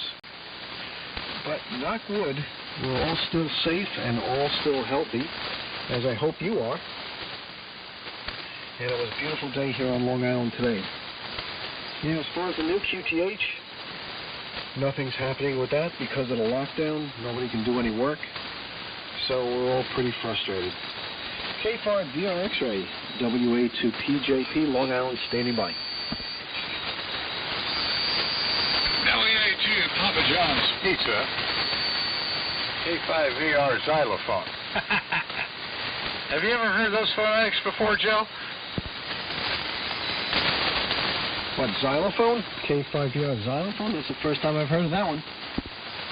No, I was talking about WA2 Papa John's Pizza. Yeah, I heard that one too. Somebody else had said that to me, and I said, you know, that could be phonetics, but I don't know. No, I wouldn't want to use it. And I'm not the first, but it just did occur to me. And in my old age and my advancing senility, creative thought I wish to seize upon. Okay, on everything being on hold. We're happy. We're doing the best we can. It turned out to be a beautiful day down here in Northern Virginia, but it started out really rainy, really particularly nasty, and it's been a very cold May. But right now I'm as happy as a cat in the fish market, because finally, after a very cold May, it's getting warm, we can get outside. They actually opened up the park that's not too far from my house, where my wife and I go for a couple of miles walks every day. But I was kind of disappointed. We had the park to ourselves for a few weeks. Now we've got to be careful about cars and stuff being on the road. Your 500 sounds great. My 500, which I'm on, is still completely stocked. Most everybody tells me all the things I can do to fix the audio on my 500 and make it better. I respond with, when it breaks, maybe we can do something. But in the meantime, I want to leave it as it is. Occasionally, some old-timers check in and say, leave it alone, leave it alone. It sounds really sweet. Listening on the 75A4. 10/9 noise. Nasty propagation here, you know, with noise in the springtime. I've hung up my cleats for hanging in the first Wednesday night AM net till next fall. I don't like listening to all this stuff. But when W0YVA and I talk on 2 meters like we actually did yesterday, I said, it's still nice to get on 75, but you really have to talk to somebody who's really, really loud. If not, it's no fun. WA2PJP, K5VR X-ray. Yeah, K5VR X-ray, WA2PJP. Hey, Bob. Hi, Bob. Roger, I was going to say, I didn't realize you were that close to Bob that you can talk on 2 meters. I thought you guys were a little further apart, but I guess you guys are right around the corner, being that you're talking on 2 meters. Very good on that. Tell him I said hello next time you talk to him. I've talked to him many, many times in the past. Of course, you know, emailed a bunch of stuff with him, and I got parts from him, and sent panels down, and you know, all kinds of stuff. And as far as your 500 is concerned, you know what? Leave it alone. Sounds fine to me. And I didn't do much to my 500 when I did some reworking to it. Just a few capacitor changes, and really that's about it. Nothing really crazy. But Roger, your 500 sounds real good. Don't touch it. Leave it alone. That's what I have to say. You know, everybody wants to get in and hack up all these rigs. If it sounds terrible, if there's a problem with it, yeah, of course, you know, go fix it and whatever. But, you know, it was made to sound a certain way, so, you know what, leave it alone. You know, I'm just running a D104 directly into the back of my 500, you know, no EQs or processing or anything like that. And very good on walking out in the park. Up here on Long Island, I got to tell you, the traffic has really been building. I'm seeing more and more people out. On the street where I live, you see a lot of people walking up and down. And there is construction and work going on. People are just starting to defy the orders because the lockdown has been it's just too long. It's just way too long. People got to get back to work. And my contractor, who I'm working with on the new house, he already told me. He said, you know what? Starting next week, we're getting back to work. And which is a good thing, which I'm glad to hear. But how long can you keep this up? You can't. You just can't. I think there's something else in the wings that we don't know about, that these people are trying to use this to push. K5VRX, back down to you. WA2PJP. WA2PJP, K5VRX-ray. Lots of perspectives on the lockdown. I'm running scared. I think in many ways, being in the safety and health business as an engineer for most of my life, we're getting the game on a little quick. The economy has to survive. If too many people crap out with the second verse next year, then it'll take the economy with it. We're just along for the ride. There is no special way out, is my philosophy. However, I've always been a risk taker. I was a rugby player for 30 years. I'm a combat veteran from 50 years ago in the days of the elephant grass. Like you, I rode a lot of motorcycles, often in altered states. But at this point in life, I'm running a little bit scared. I want everybody else to get the game on, but I'm going to hide out extra long. I'll wear my mask. I'll be on the air. I'll be working in the yard, but I'm not going to the beach. I'm not going to the bar anymore. It comes back to the old, at this point in life, I've learned enough. I'm going to watch my ass. And that has nothing to do with a donkey. Anyway, that's my perspective. Yeah, I don't know which way is right or wrong. I just want to ride the storm out. I hope you get the work going on your place. I hope you can keep your people and your folks safe, and we can continue to chat a whole lot more. I've been getting on 40 meters AM a little bit with the old Valiant out in the workshop, but no, not so much. My latest chat with YVA, to segue, I know you've had numerous S-lines, more S-lines than most people have since. I put my 32S1 back on the air the other day for the first time after a couple of years, and after 15 or 20 minutes, it started crapping out. The transmit relay would not drop. Bob told me there's a couple of resistors in that circuit on a tube socket. With my trimmers, I would have trouble adjusting. They get out of tolerance, they warm up. My old reliable 32S1 died. I got more radios than sense, but it still bothers me that I have a radio that's not working properly. Obviously, you know about this compulsive disorder. WA2PJP, K5VR X-ray. K5VR, drifted down a little bit, hold on. Here we go. Back up on 85. I just drifted down a little bit because I just turned this transmitter on when I heard you calling, so it hasn't warmed up a little bit.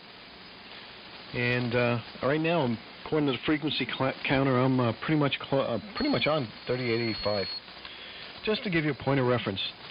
Yep, worked on many of those S lines, worked on a lot of that stuff, and sometimes it's like the simplest thing that's stopping it from working.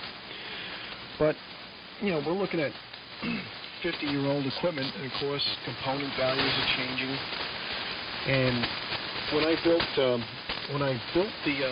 and I literally built the SX88 and HT20, I stripped them down to the chassis, as you know, and replaced everything with brand new parts, all brand new parts, because everything I checked was out of tolerance. and I wasn't going to reuse the old parts. The same thing with the heat kit line. Stripped everything down to the chassis, all new components. And at least, they'll probably last longer than me. You know, like you said about coming up to the fourth quarter, I'm not too far behind you. I'm 66 this day. I forgot what you told me. I think you said you're 73? Is that what you told me? I think. So, yeah. So what are we gonna do? And I want to enjoy the rest of my life as well. And yeah, I guess I had more S lines than most people have had. Oh God, radios over the entire year. Their entire years. But I had fun with my S lines, and it was just time to let them all go down the road. And I've just been shrinking the shack a little bit, getting rid of stuff I'm not using. Got a few things listed now that I'm sending down the road. And we had this discussion. How many rigs do you stack up and put on the shelf and keep for another day? So anyway, and oh yeah, on the Collins night, I guess you hung it up for the summer. Noise up here on Long Island isn't as bad. I think you got a lot more static noise than I do. My static level is pretty high tonight, but I don't think it's quite as high as yours, Roger. Anyway, K5VRX, WA2PJP. Points well taken, my friend. WA2PJP, K5VRX-ray. I still have too many S-lines. I got, if you recall, because you have a pretty good memory as well as me in spite of our advancing age, young fella, and you're right, I am 73.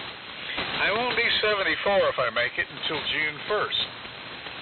You know, that's, not even a couple of weeks. I have a birthday anniversary coming up. Years ago, I married my wife on my birthday so that I knew if senility set in, I'd at least remember there was something special about June 1st. I've got Arthur Godfrey's KWM2. I hardly turn it on. I've got 3 S-lines. I know that's nothing compared to your 10 or 12, but I've got to get rid of some of them. I don't want to leave her if something happens to me with all this stuff, like the sports cars, the Vet, and the Porsche and stuff, that she doesn't know what to do with. Then again, as I talk to other people, if something happens and I'm a silent key, I really won't care. YVA would love to get another wrecked KW1 and rebuild it. But right now he's starting with a scratched chassis and building another Ranger. He always just builds Rangers from scratch. Rangers are fun, but they need amps. Anyway, my friend, the XYL is more than finished, but I really like talking to you, especially getting the old gear on. Thanks for the words on the 500. It makes me warm and fuzzy to make me realize that somebody says I sound okay with my D104 still going in straight to the back. As you well know, if we have several D104s, none of them sounds the same as another one. We want to get one that at least moves the modulation meter, not too much, not too little, but actually we get reports that we sound okay. I'm going to go QR Taco. Thanks again, my friend. I'm seriously joyful having a chance to chat with you. WA2PJP on Long Island, wanting to QSY to another place, but I bet it's going to take you a year. I hope not, but I bet it does. K5VR X-ray. K5 VRX-ray, WA2PJP returning. Oh, yep, we figured, me and my wife, we figured maybe this time next spring we'll be in the new place. You know, just so many delays with the virus holding everybody back.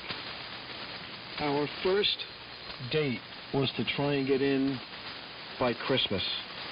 But of course, that's not going to happen now. That is just blown right out of the water.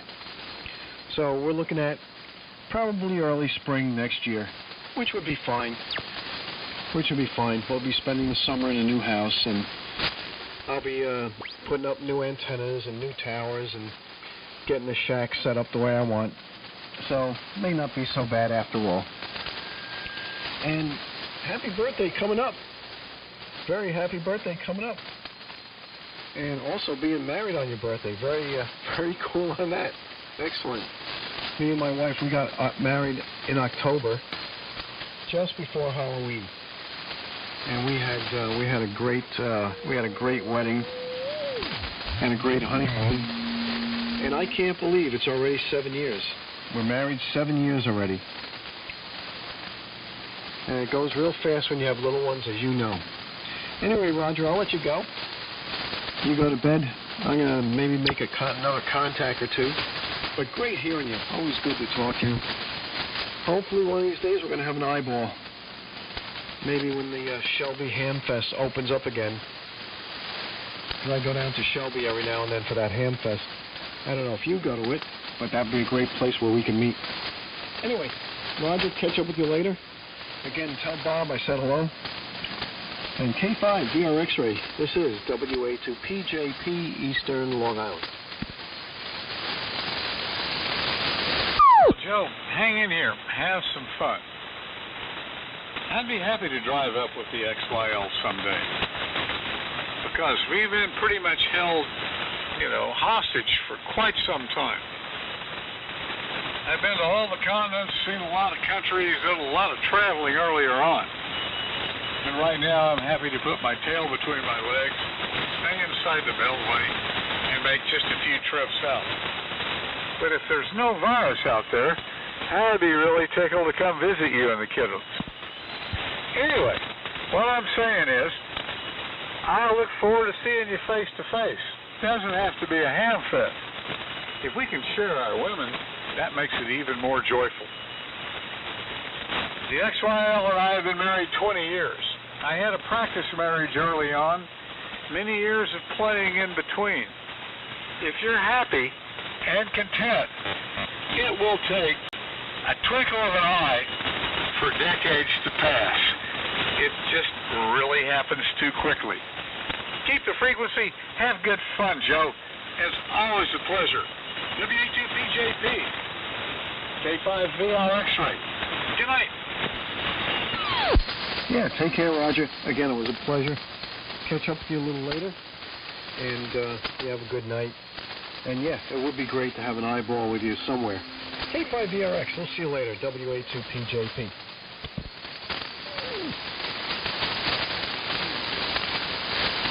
Now, how come you don't have a pile-up? There is a carrier in there.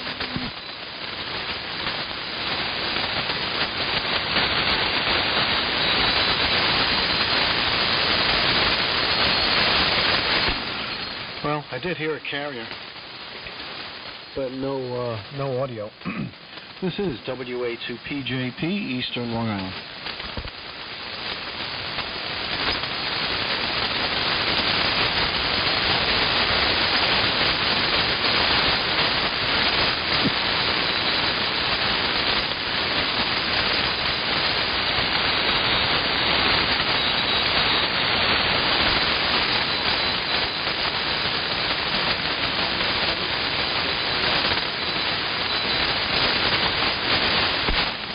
I hear a carrier in there, and audio is way down. I think I just barely made out some audio on the carrier, so you might want to check the mic gain or something.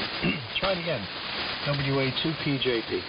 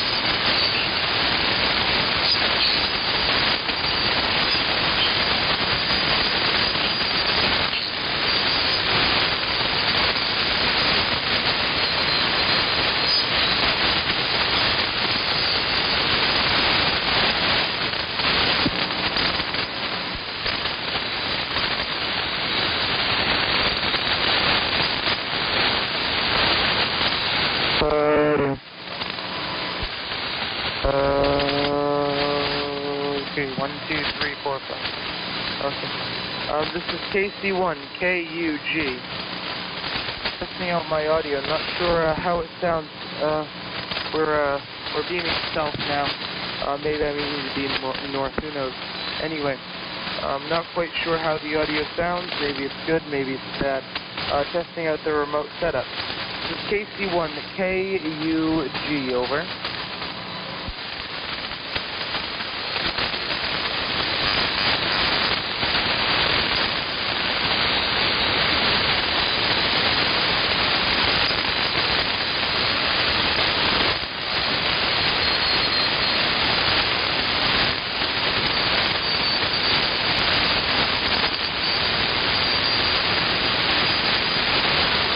CQ 80 meters. CQ 75 AM. KC1 KUG. KC1 KUG. KC1 KUG. CQ 75. CQ 80 meters. From KC1 KUG. KC1 kilowatt uniform golf. CQ 80 meters. CQ 75 from KC1 KUG. KC1 KUG. CQ 75 over.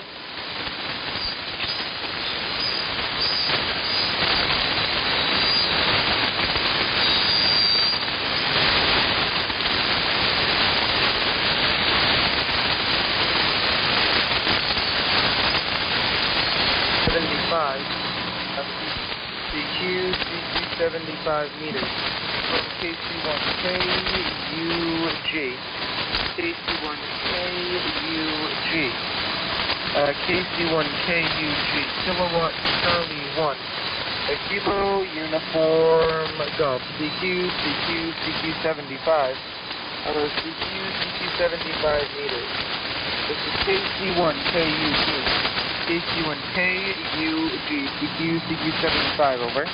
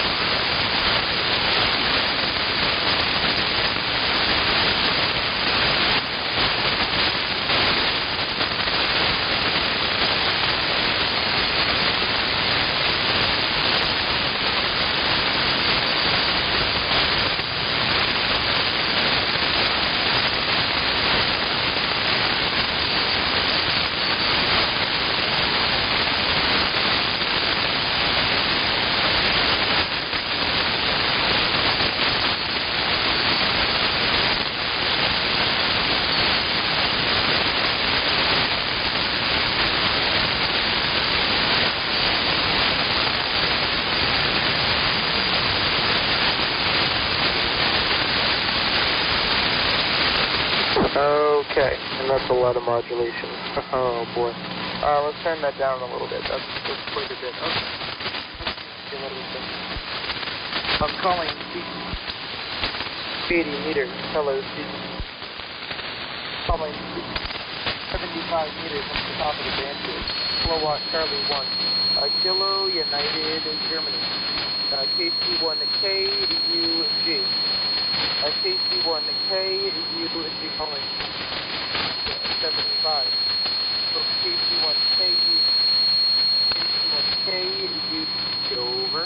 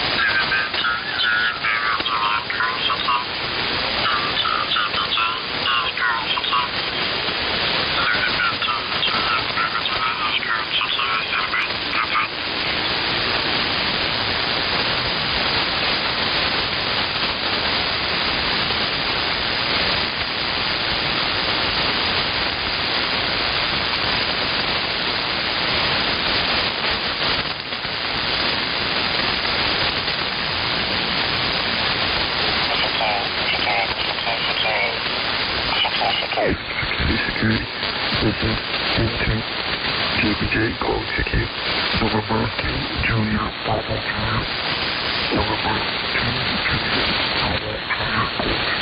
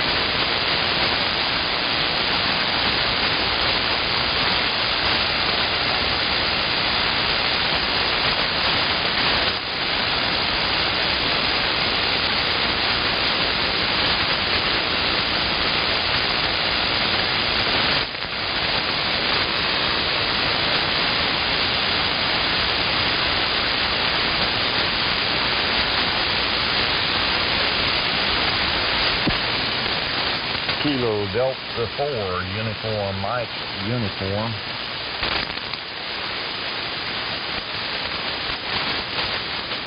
KD4UMU, Shepherdsville, Kentucky. Anybody around?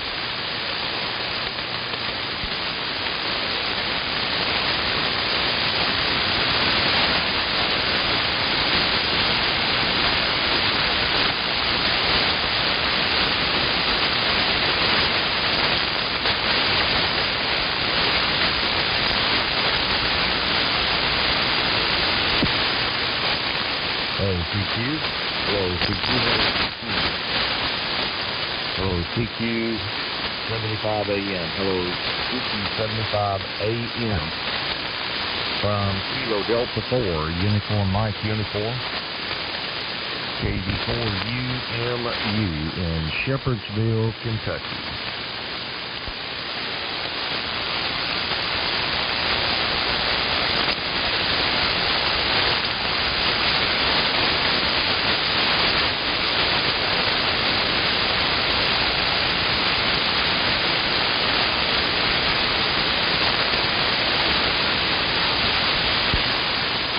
CQ75. Hello, CQ75. Hello, CQ75. From Kilo Delta 4, Uniform Mike, Uniform. KD4UMU in North Central Kentucky, caller.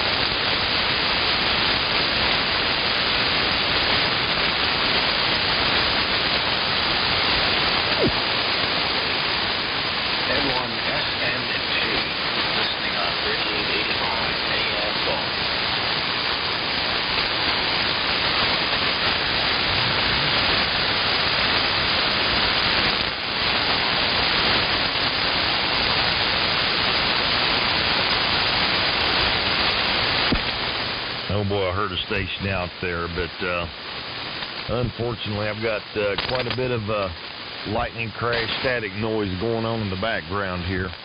Looks like maybe Oklahoma is getting lit up with lightning crashes down there. Good morning, KD4UMU.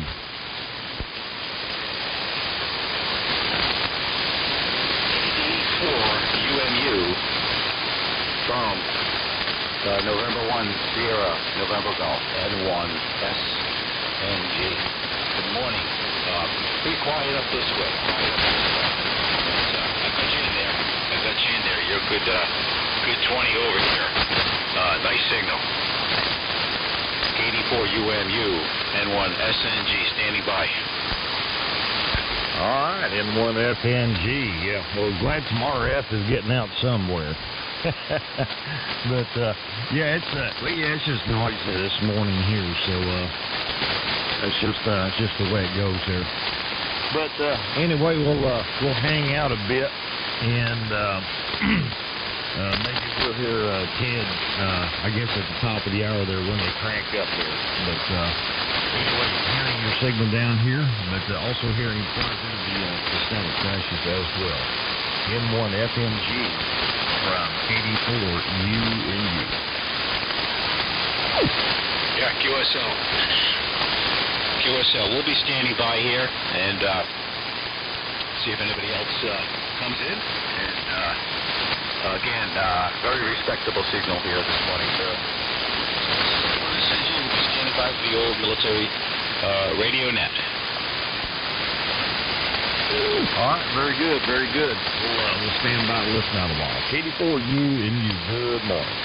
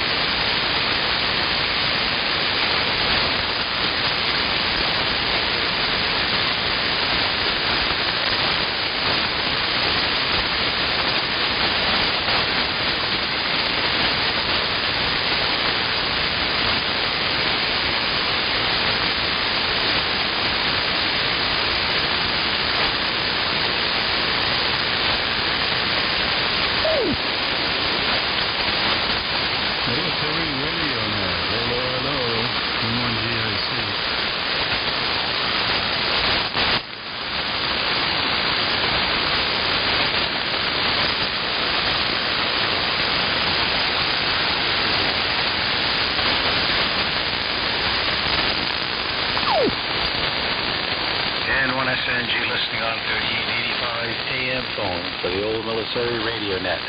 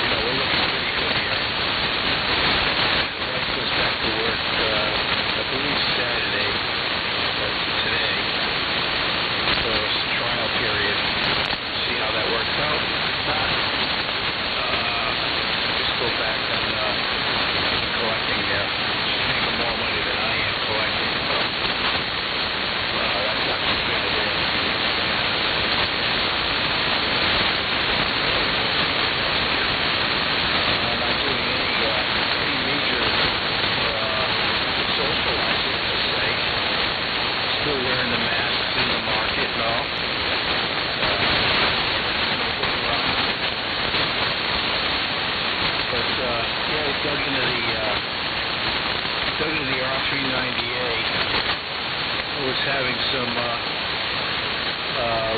some problems with the limiter. So I went in and I checked all the tubes in the rig. I pulled it off the tabletop there and belly up. Went through all the tubes. Took a couple days, but the carrier level meter doesn't want to zero out, even with the procedure there. So I'm gonna go back in and check some of the tubes in the IF and some values. Not a big deal. I mean, it receives fine. It's just the meter itself will only zero out if you shut the power off. So some residuals going through. That's the fun back into the radio hobby, if you know what I mean. So anyway, I think it's going to go over. I think it's Chat N1GIC. Here she comes, N1GIC from N1SNG and the Old Military Radio Net.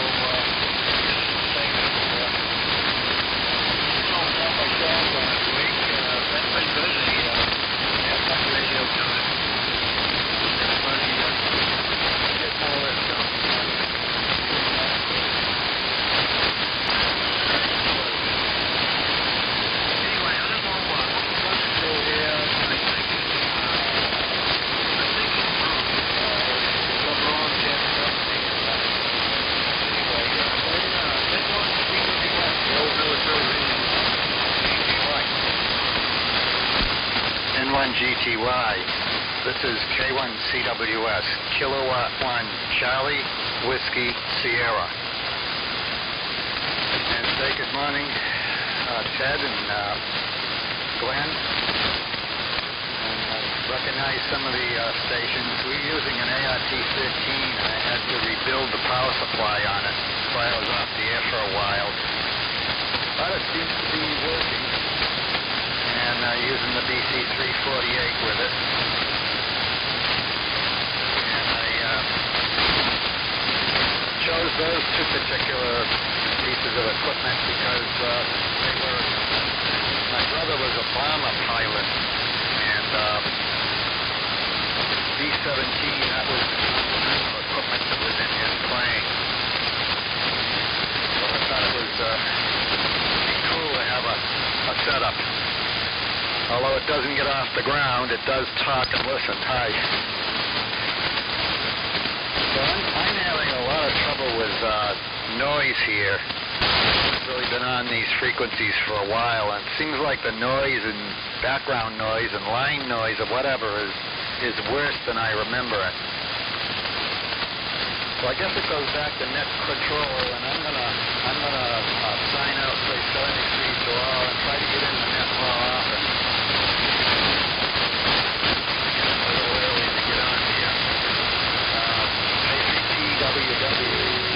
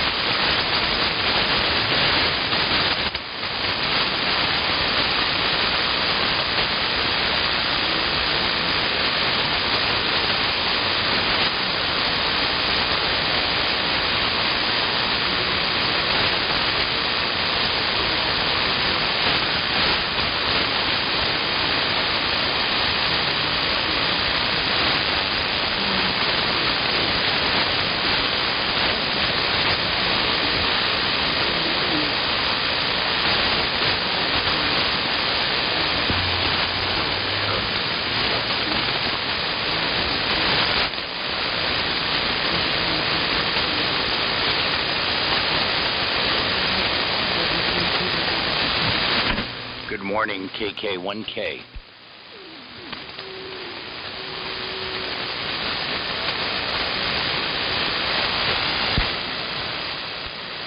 Okay, Ted, very good. And good morning to Dean. W3PWW and the Milradnet from W1NZR. Yeah, Ted, I wouldn't just drop in on you, but thank you very much for the telephonium numberonium there. I just put it in my mobile device, so I'll ring you up before, I'll give you a couple of days' notice, but the least at the moment, the most pleasant and least costly way for me to make my way south of the Mason-Dixon line to NC is via Gettysburg and Route 15 and such, and actually I go pretty close to Jeep as well. And again, it's a nice ride and reduces the insanity. Well, hasn't been too insane lately. It's one benefit of the CCP virus, but I don't look on it that favorably. But anyway, the reduction in the Yahoo factor on the highways is most pleasant. Good morning to you, Glentron. Great to be here. The ART-13 sounding very, very nice. Yeah, I'm on the TDO. And she seems to have calmed down a bit now, putting out almost rated power at about 260 or so watts of carrier power here. And so far, so good. And Steve should be showing up soon as well, although he said he couldn't hear me too well. So propagation is still a bit variable. But anyway. Let's see, what else was I going to say? Probably nothing of great merit. So let's see if Jim is hearing me over in Detroit. KA8TUR to take it. And the Milradnet from W1NZR. Go ahead, Jim. Alpha Juliet, Juliet 1, go.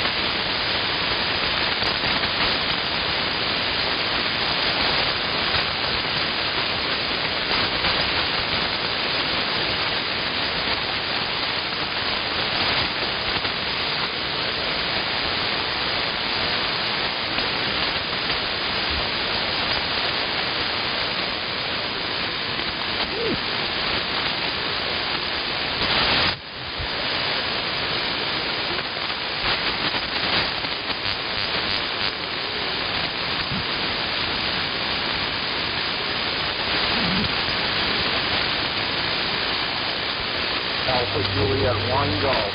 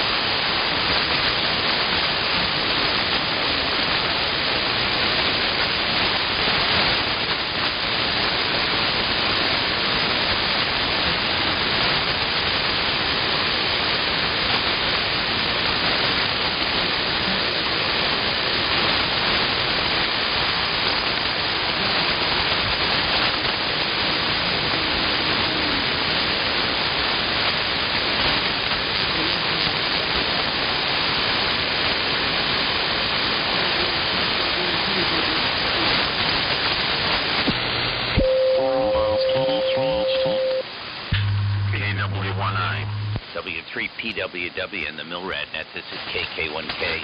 Well, good morning to all. We are just getting the first cup of coffee through our system here and tuned on. First station we heard, besides yourself, was Brown. Brown, you're coming in. The TDO's doing a nice job here into Milton, Vermont this morning. And Jim, very good signal there from the Detroit area this morning. Very solid signal. So seems to be in pretty good shape here. Running the T3 and listening on the R390A this morning. And don't have any great shake plans. Just trying to, and by the way, Jim, we've had the same amount of time that you have. I wish I could say everything was working here, but a lot of things are working here. How about that? But it has been a nice time to work on projects, and we've got a few of them going.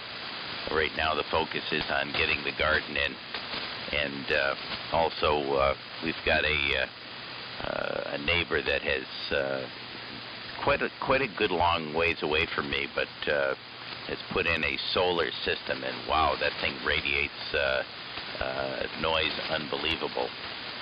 So we're trying to do some antenna reorientation and try to get a little bit less good reception on the inverters in our neighbor's solar electric system. But we're enjoying being at home, but it looks like things are loosening up a little bit. And on the Hamfest front, I had no idea as I was walking around the Orlando Hamfest in February that would be the last one I'd be at for a good long time.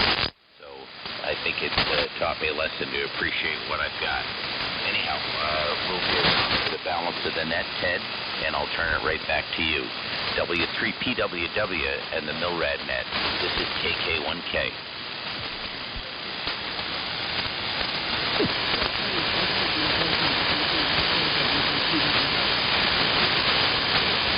Yeah, I haven't been with the first one in the year. I think the weekend.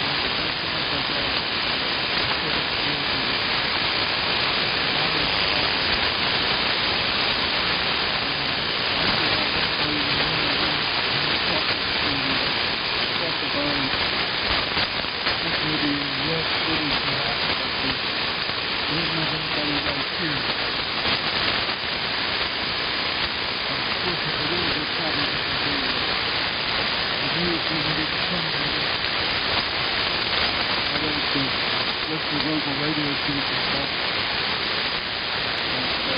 I have to dig out here and get the section from the next place. Thinking of me for doing that. That's me. Now that's the figure.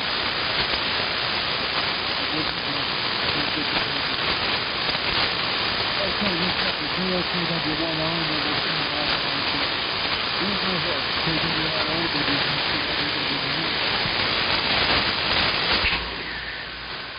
Okay, Ted. Good morning. Good morning to the net. This is KW1I. We're in sunny Bow, New Hampshire this morning.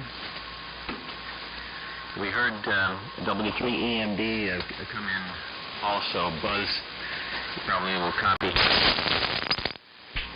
We're copying Dean just fine, but we are not copying Glenn or Brown at this point.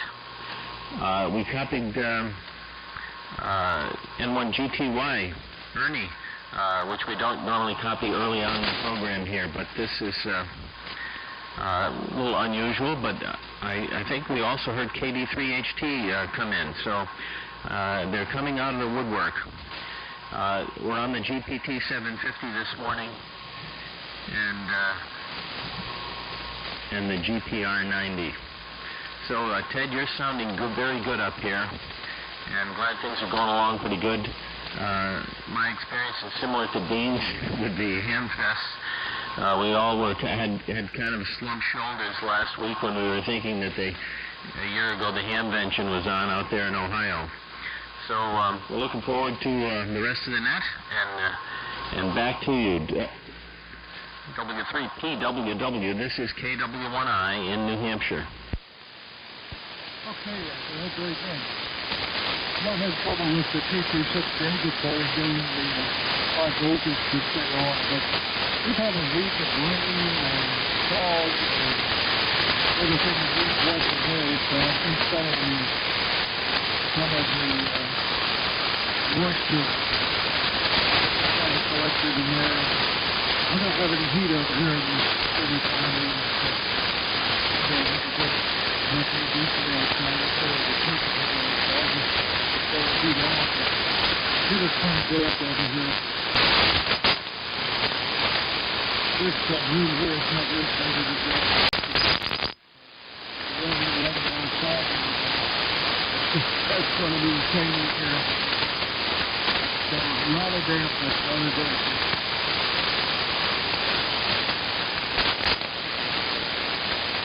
Okay, I understand WPMD and WPHT also understand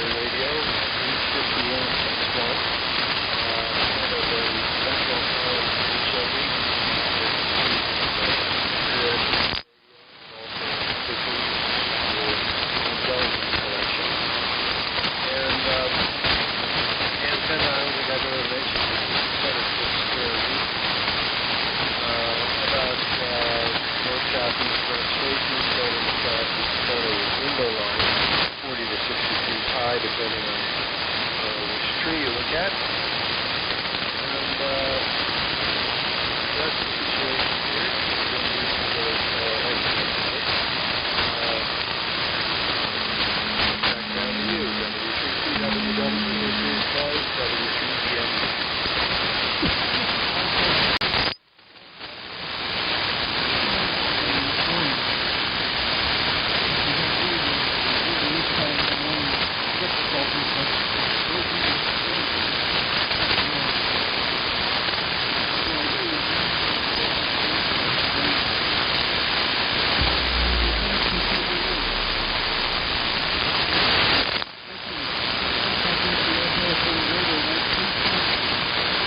Alpha Juliet Juliet Ron Golf.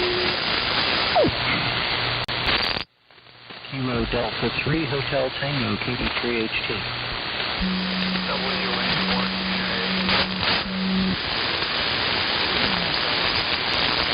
WB3CC2.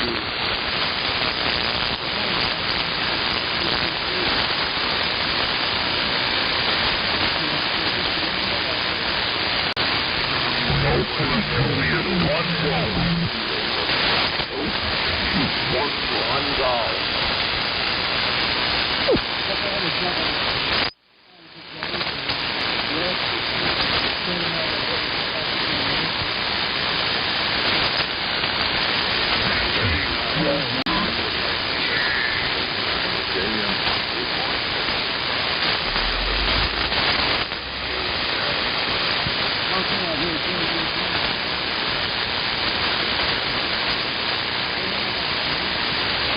AJ1G's in there.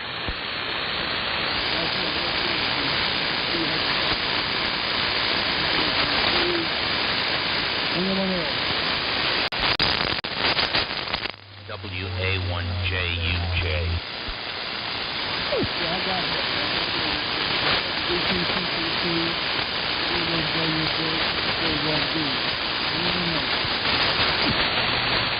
KD3HT, Kilo Delta 3 Hotel Tango.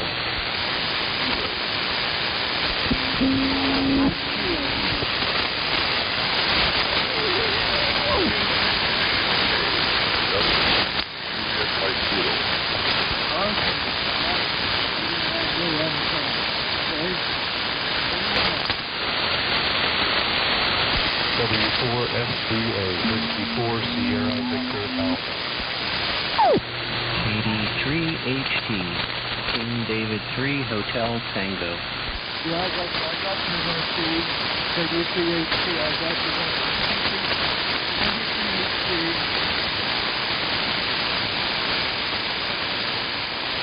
99 KD3HT, WC66, KD1G,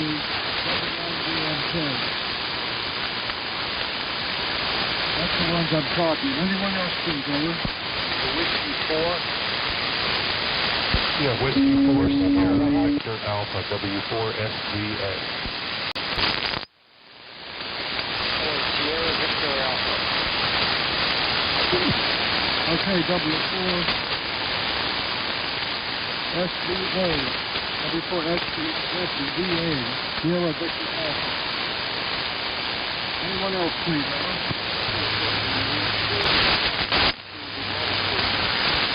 Okay, W18EJ2. Anyone else? Okay, that's it.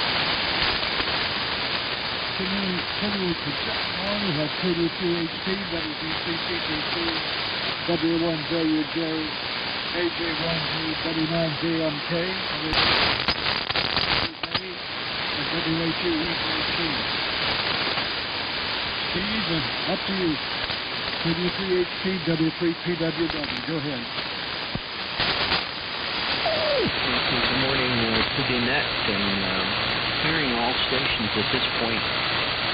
Early on, heard you then once in a while. Did hear Ted. Jim, I heard you from the beginning. Not strong, but okay. And Ernie's been strong. And Brown, of course, has been strong here as well. So, good morning to everybody. Raining here.